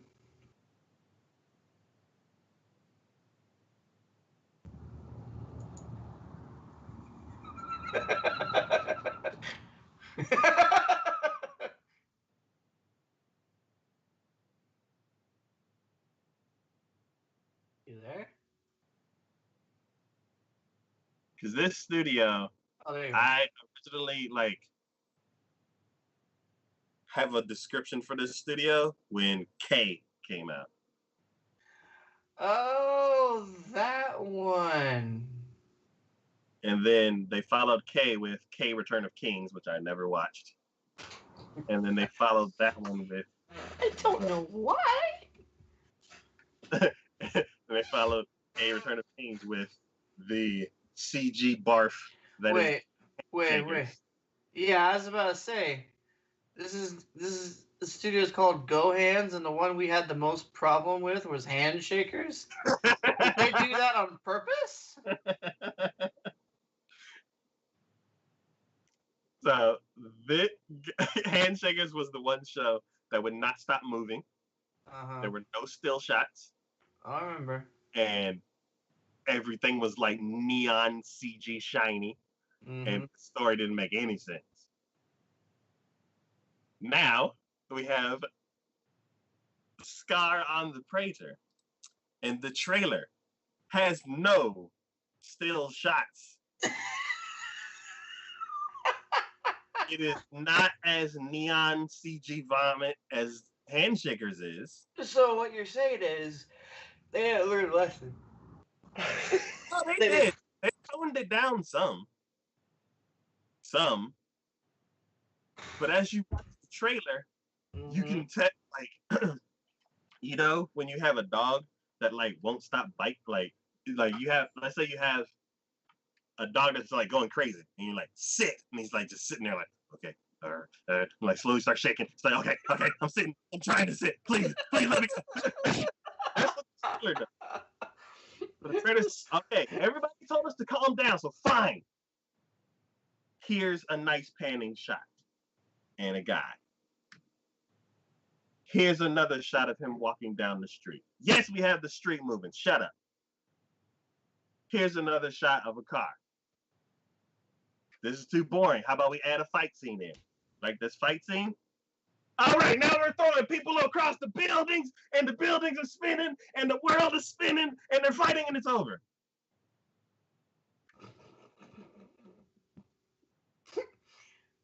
Oh shit. Why is everyone pulling out guns?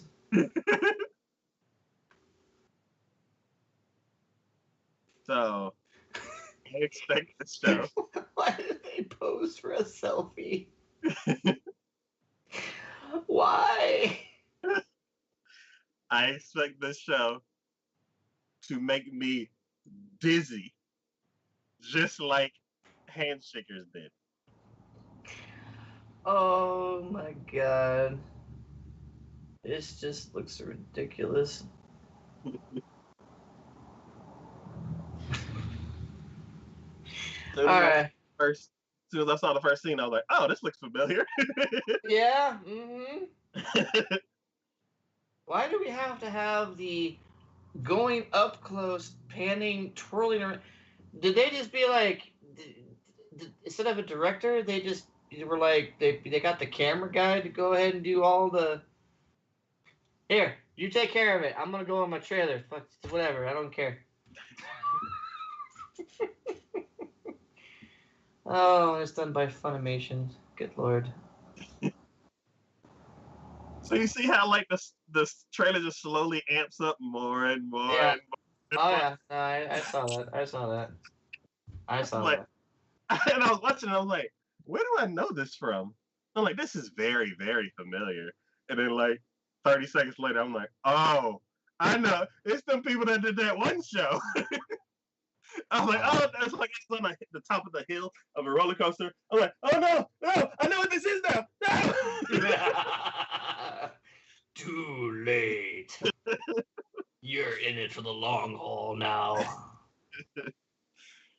So, yeah, Trade like easier. The story is set in fictional Akatsuki Special Ward of Tokyo, formed as a lawless, independent state after the Akatsuki rebellion overthrew the ward's corporate masters.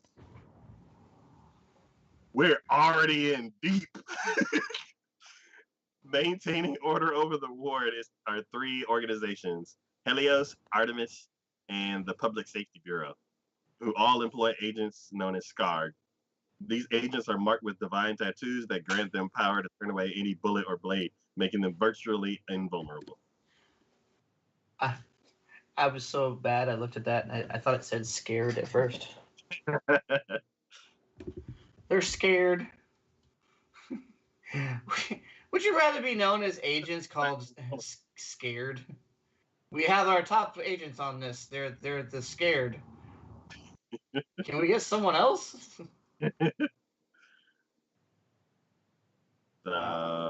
This is Go gonna be hands a back. hard pass on this one for me.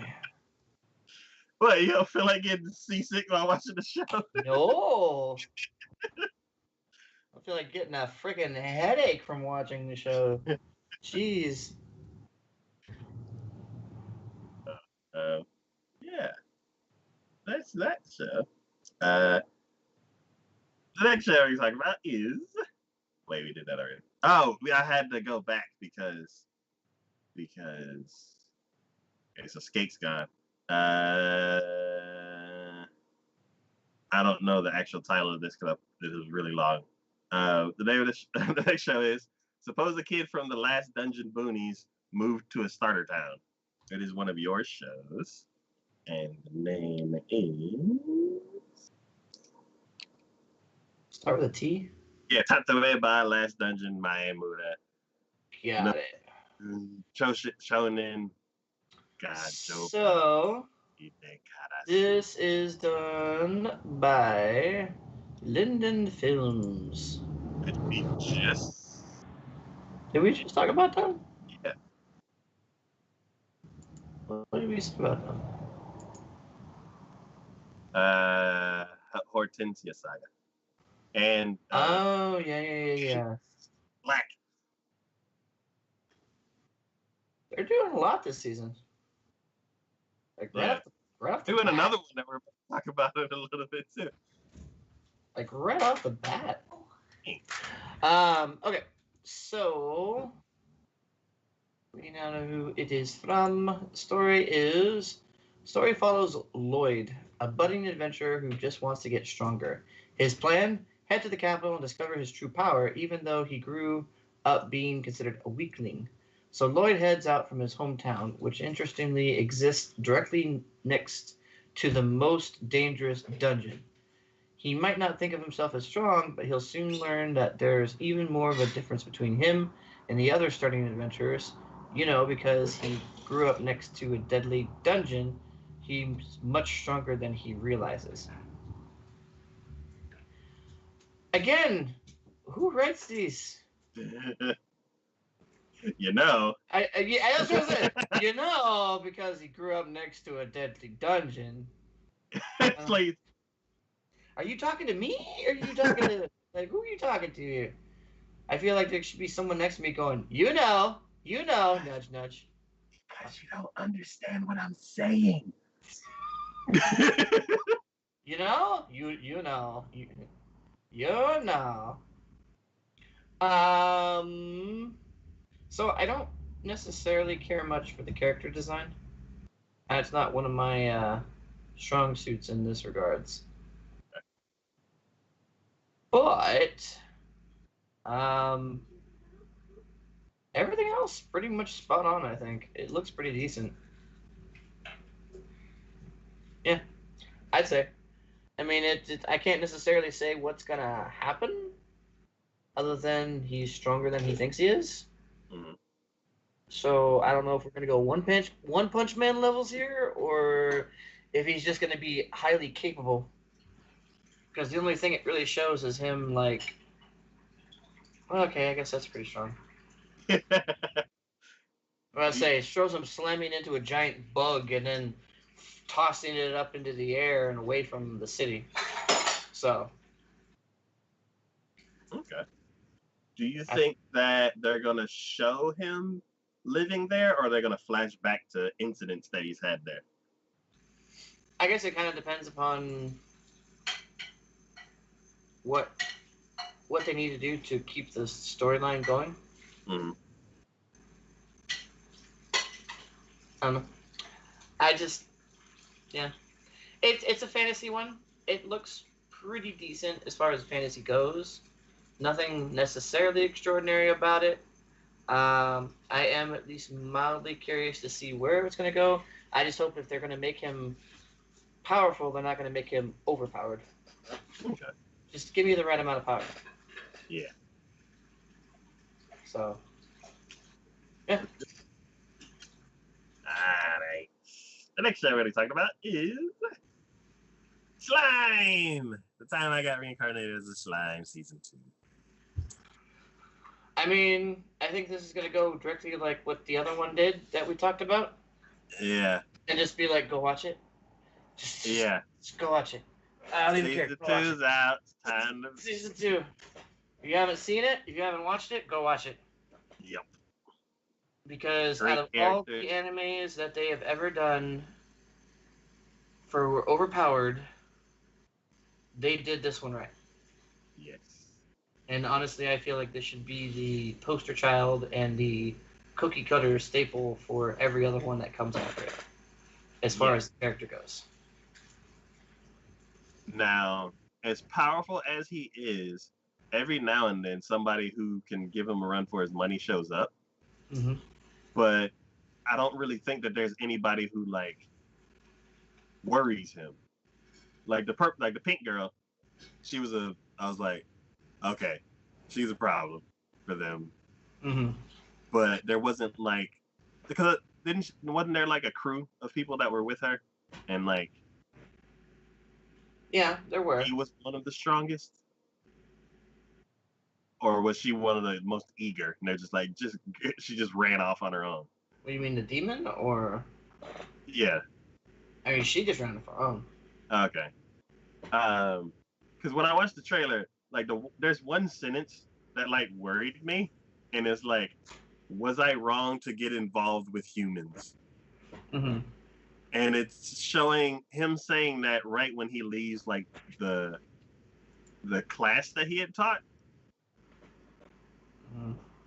and I'm like, Well, because what apparently happened? something is coming to his city to both destroy and wreck it. Yeah. So And he wants to live his life in peace and harmony and not have to worry about anything. That's honestly what he wants to do. yeah, So, of course, when you have an instigator like that, the very first thing you're going to have is somebody who's going to be like, "Yeah, we're not going to have that to happen." yeah. So, yeah. So yeah, I'm looking very much forward to the show. It's it's a very great show, and for him to say something that he's like a mistake that like referring to something that he feels like may have been a mistake, that I'm like, oh God, what's coming? Yeah, So yeah. No, it definitely seems like it's gonna be something pretty crazy. yeah. So I'm looking forward to it for sure. All right, so we have 5 more. Did you want to take another break or just power through? Let's just take a quick break. Okay. All right.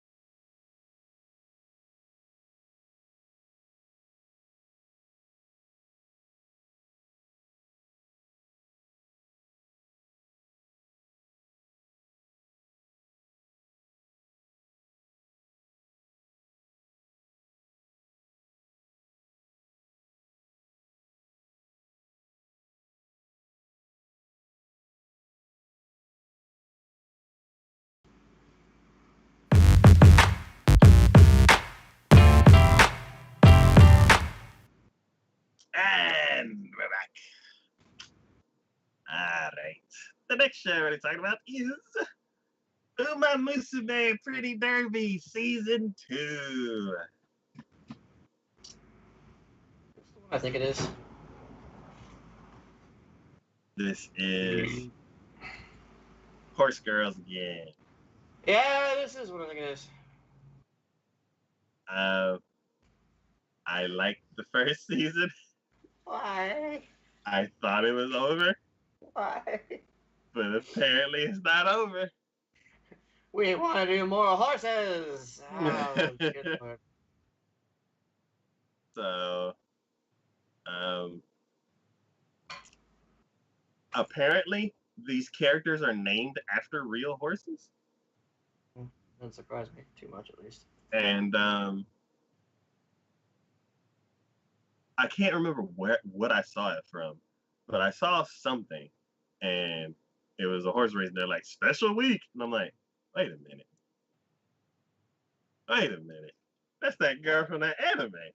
Wait a minute. Surprise! So yeah, it's basically like a sports anime, and this is the next season, the next year of them going through all the tournaments and stuff like that. So yeah, I'm excited for it. Yeah, the first season was fun, and I hope this one's fun too. Hopefully. Uh, It's just more of that whole thing of the reason why people look at anime and just scratch their heads and go, why? Why? Who thought this was a good idea? And it's weird because it's like it's all about how disbelief, and it's like how far you can push it. It's like I watching mean, the like watching the trailer. They did something, and we were like, "No, this is dumb. Why this? It's supposed to be horseshoes or laces or something." We got mad about something, and I was like, "Man, I don't know about this show." And then I watched it, and I'm like, "Oh, it's a sports anime. Okay." And I fell in love with it and watched the whole thing. And then I remember, trust me, I just, it's just like, do they just sit back and go, all right, we need a new idea. We need to have girls turned into something else. We've run the gambit. What can we have we've girls done turned boats, we've into? done planes, we've done And animals, we've done battleships, presidents, animals. we've done game consoles, we've done guns. What more can we have girls turned into? Horses! Brilliant, let's go with it. And then it was popular and made enough money to where they could do another. They're like, and wouldn't you know it, people loved it. Give the man who recommended that a raise. So, yeah, I look forward to it. The next show we're talking about is Ursa Sekai Picnic, or Other Side Picnic. Urasekai. I don't say Ursa. For some reason, I keep adding an S in there. This is done by Liden Films and Felix Film. We've talked about Liden Films so many times today. Mm-hmm. Felix Film. What is it? Something's been canceled. This is the first time I have ever seen that. What? Is that a game? Or it's a like Sword Art Online or TV show. What is it? There's another online anime that's online. Something online. It's Star Star Ocean. It was a light novel. Okay. They did. Or I guess it was an MMO too. They've only done Nekopara. Okay. Oh, I'm already loving that. All right, let's see. Her first encounter with Toriko Nishina was on the other side after seeing that thing and nearly dying. Yes, these vague words. I'm sorry. The freaking 6-year-old in me was like, her first encounter and nearly dying was seeing that thing, and I'm like, really? Was that thing that impressive? Oh shit! All right, go. Ever since that day, exhausted university student Sorawa Kamikoshi's life changed this other world, in this other world, full of mystery, which exists alongside our own, dangerous beings like the Kune Kune and Hashaku Sama are spoken of in real ghost stories appear, right? Okay. For research and profit, and to find an important person, Toriko and Sawano set foot into the abnormal. Whoever's doing the descriptions on these things, please stop. Please stop. It's always like one sentence that I just get tripped up on. I'm like, did I read it too fast? Did I read it too slow? Is half the sentence missing? Is it in the right tense? Is it me or is it you? Sometimes it's both. Yep. So yeah, why did I put this one on my list? I put it on my list because You girls doing cute things. no, it's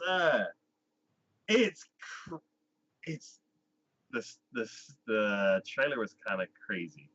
I think they opened a door or looked into something, and there was a wind dragon or something, and she was shooting at it. And I'm like, what is happening? The show looks like it's gonna have a lot of suspense, being chased by things, running from things, and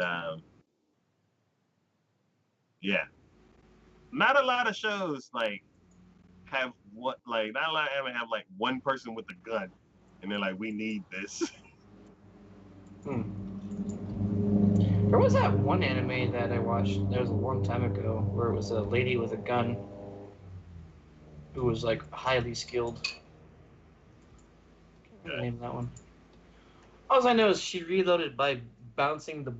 She had bullets stuffed in her cleavage. She reloaded by bouncing them. Okay.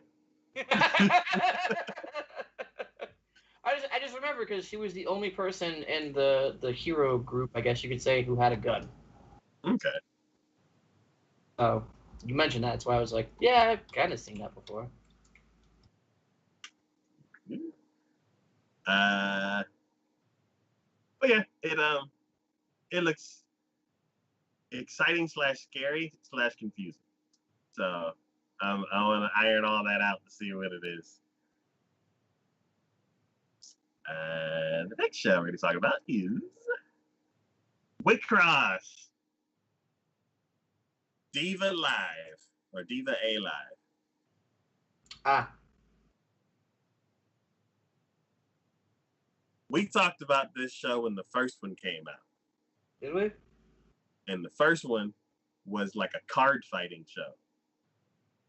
In the game, and we called it Wick Sauce. And I think I watched the first episode of the first season, like always. And I was like, oh, okay, card fighting. I don't watch any card fighting shows. I don't watch any pet fighting shows. I don't watch any like summon your thing to fight and fight shows. So when I saw that, it was that, plus it had like a pretty interesting story behind it. Like in between the fighting, it was actually pretty cool.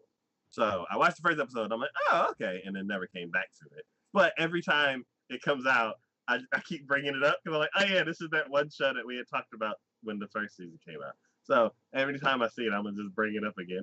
The reason, and I'm like, almost word for word saying this about another show that we talked about the first, like Show by Rock. This is following the same exact conversation. I haven't watched the other seasons, but it seems like this current season is an idol anime.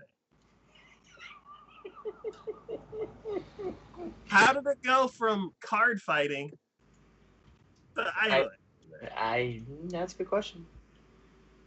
Why are all the shows turning into idol anime now? That's a very good question.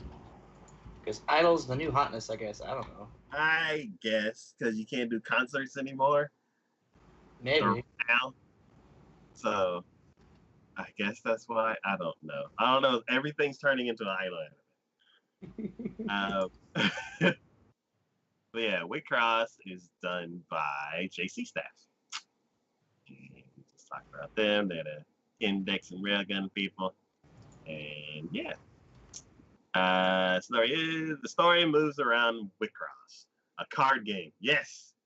To the online move. Oh, okay. It's exactly what it moves the Wicross card game to the online space of Wicross land as it continues to grow more popular. The game Can they say Wickoss any more times? I mean, I think they missed a couple opportunities there. Just saying. the Wicross game allows players to become the LRIG avatars themselves. The most popular game format is the Diva Battle, which allows 3 players to team up and compete against other units of the most selector fans. Some of the units are idol themed, while others are DJ band themed. Oh boy. Wicross, the idol expansion. So, People love yeah, their idols. What can I say? yeah, that's all I like. Wicross is turned into an idol show. All right, the next show we're talking about is The Promised Neverland Season 2, Yakusoku no Neverland. See, this would have been on my list, but I never finished the first season. That's right. You gotta finish.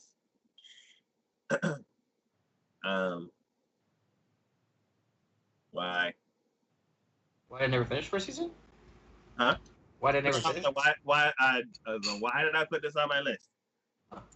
My notes say more. Yes. I kind of thought the story was over though. So, more Neverland. Yeah. More fucked up shit. That. Like, Huh? what is happening? Why is there a girl in a mask, a demon behind her, sitting next to the girl and her friend? Because everything's fucked up. Oh yeah, man, I thought it was, and they lived happily ever after, and they're like, no, they didn't. No. What do you mean? This is not the happily ever after kind of story. The Neverland is done by Cloverworks. I feel like we talked about this one before. Cloverworks? Pretty sure. Yeah, they're the same people who did Horimiya. So yeah, Persona.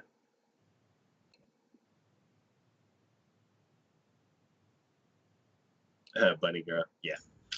But yeah, Yakusoku no Neverland. A very, very crazy and disturbing show. Dark. That I believe everybody should watch. Absolutely dark. Yeah. And the next show, and the last show, and the best show is. That's debatable. That's a little debatable on that one. In fact, I might just call bullshit on that. Yuri Camp Season 2! More eating soup at Mount Fuji! Yay! Why? Why? Why? Who decided this was a good thing? It needed more context. Why do we make these and we don't make the problem children from another world? Why?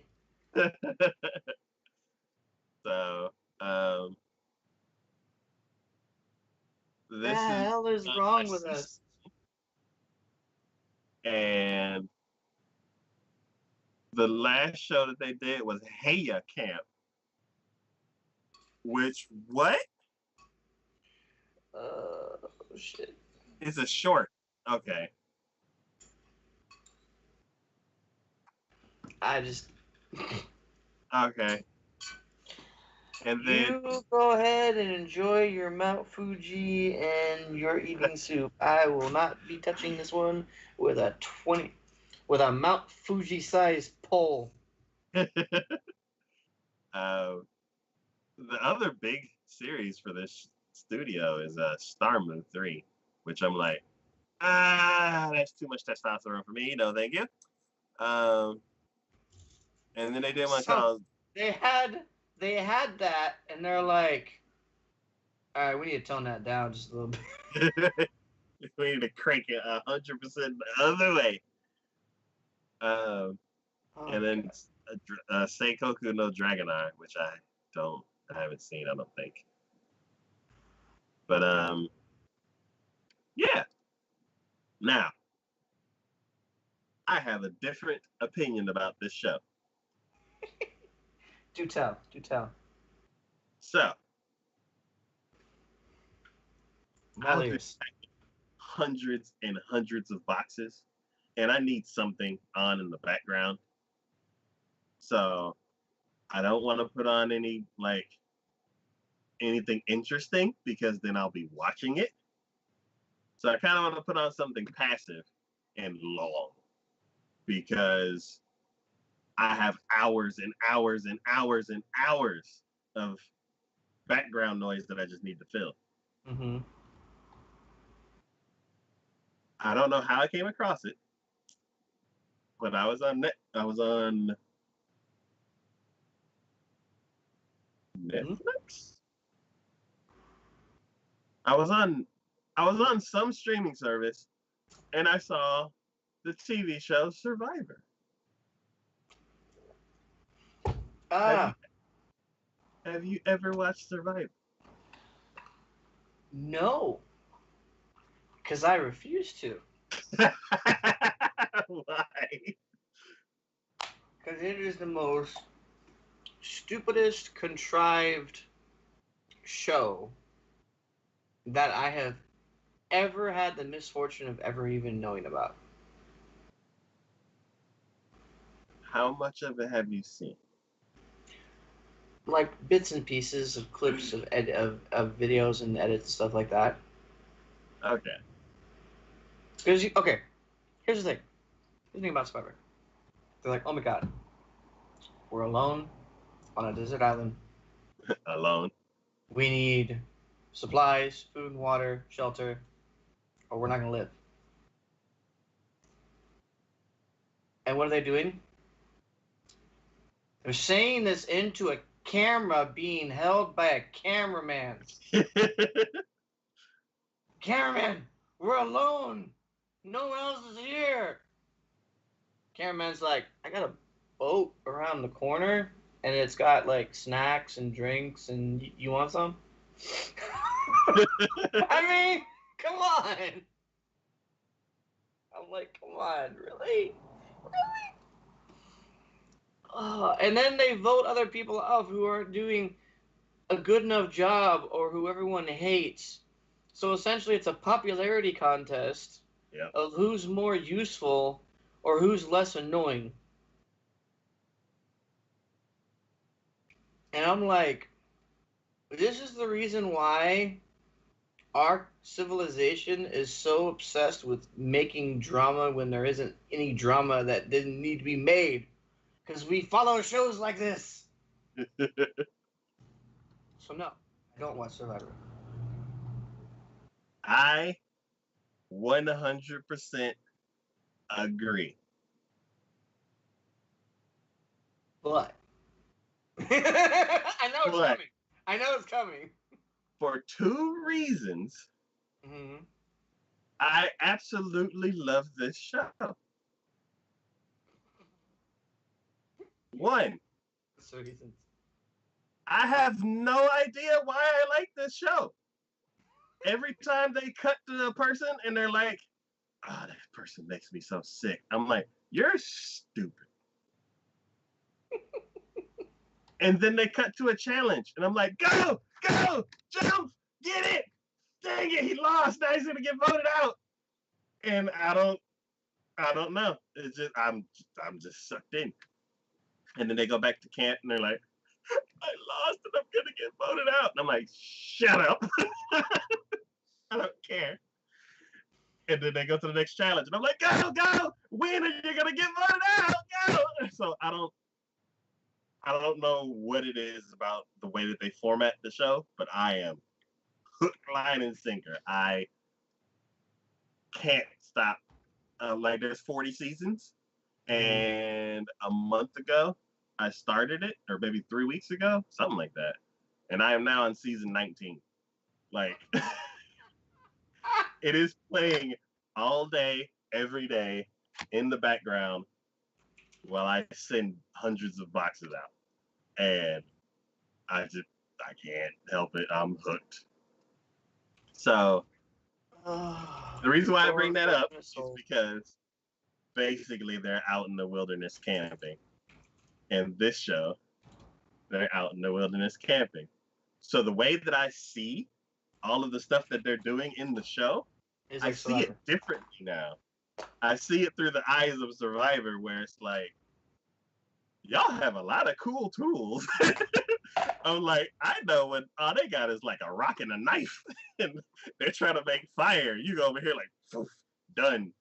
So it makes me pay more attention to what they're doing, especially from the trailer. Like I'll see it, there's supplies on the ground. I'm like, oh, okay, that's this, and that. Instead of before when I watched the show, and I'm like, oh, that's some stuff on the ground. So I'm definitely gonna watch the first episode. I'm probably not gonna keep up with it, just like I didn't keep up with the first series.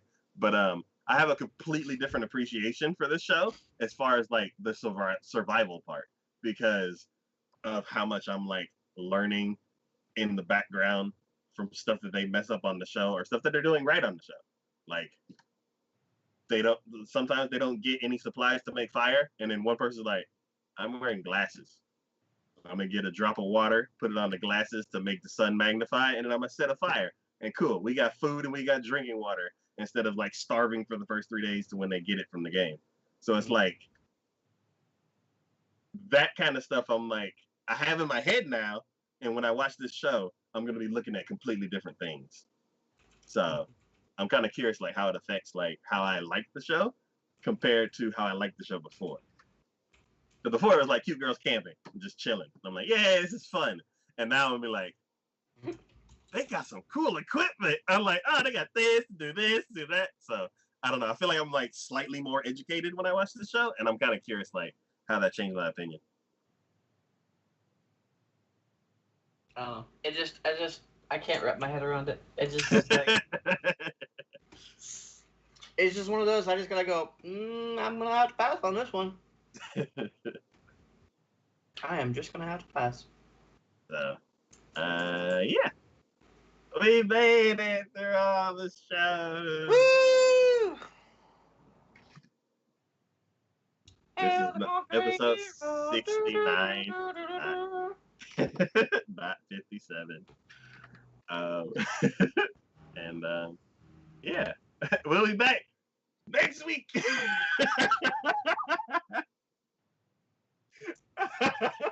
Want to talk about the ending of the season? Yeah, that I have not been watching, so I got a lot of stuff to catch up on this week. Oh yeah, you do. Oh my god. We just say, if you do not watch all of Don Machi, I will hurt you. So, give me a list of stuff that I must watch, and that'll probably be the only shows I have. Honestly, I could narrow it down at least to 2. Yeah. Dungeon and Jujutsu Kaisen. Okay.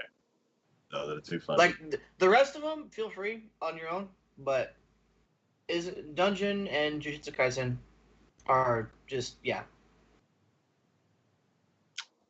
Cool. So. Oh, that ReZero? I haven't been keeping up with ReZero. Okay. I kind of need to look at that one too. Did that one spread across another season? Yep, because they have another season coming out this season. So 2 course. 2 course back to back? Yep. Okay. Oh wait, no. Take that back.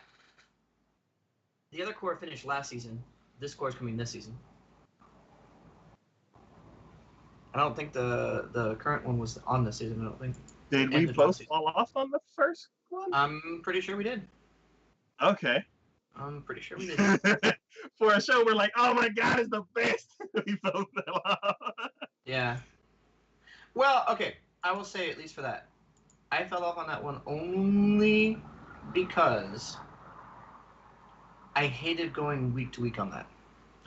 Yeah. So I told myself, I was like, you know what? I can't do this week to week bullshit on this. I need to see more of it at one time, because there are so many things going on in that series. There are so many plot twists, turns, and surprises, and I felt like every time I'd think about it after the week had gone through and then come back to it, I'd miss something. Yeah. So I was like, you know what? Screw it. I'm gonna wait for at least a few episodes to come out, and I'll come back to it. And then I just never came back to it. Okay. Not because I didn't want to, but just because I just got to a point where, yeah. And it's definitely cool though. I definitely want to, because shit, they're doing more with the witches, and that was fucking interesting to me. Yeah. Witches are badass. Yeah. I ended on episode 31, and they had 38 episodes out. So I'm only 7 episodes back. I think I was doing something where they were leaving the village. Or some people did leave. Yeah, that was in like episode. That was only maybe three episodes in, I think. Because it starts on 26, and I think they were leaving the village by. Did they go through the first trial and meet the first witch? Yeah. Okay. So there was a point where once they got into a village, they couldn't leave. Yeah. And they found out a way to get some people to leave. So that was episode. That was literally a second episode.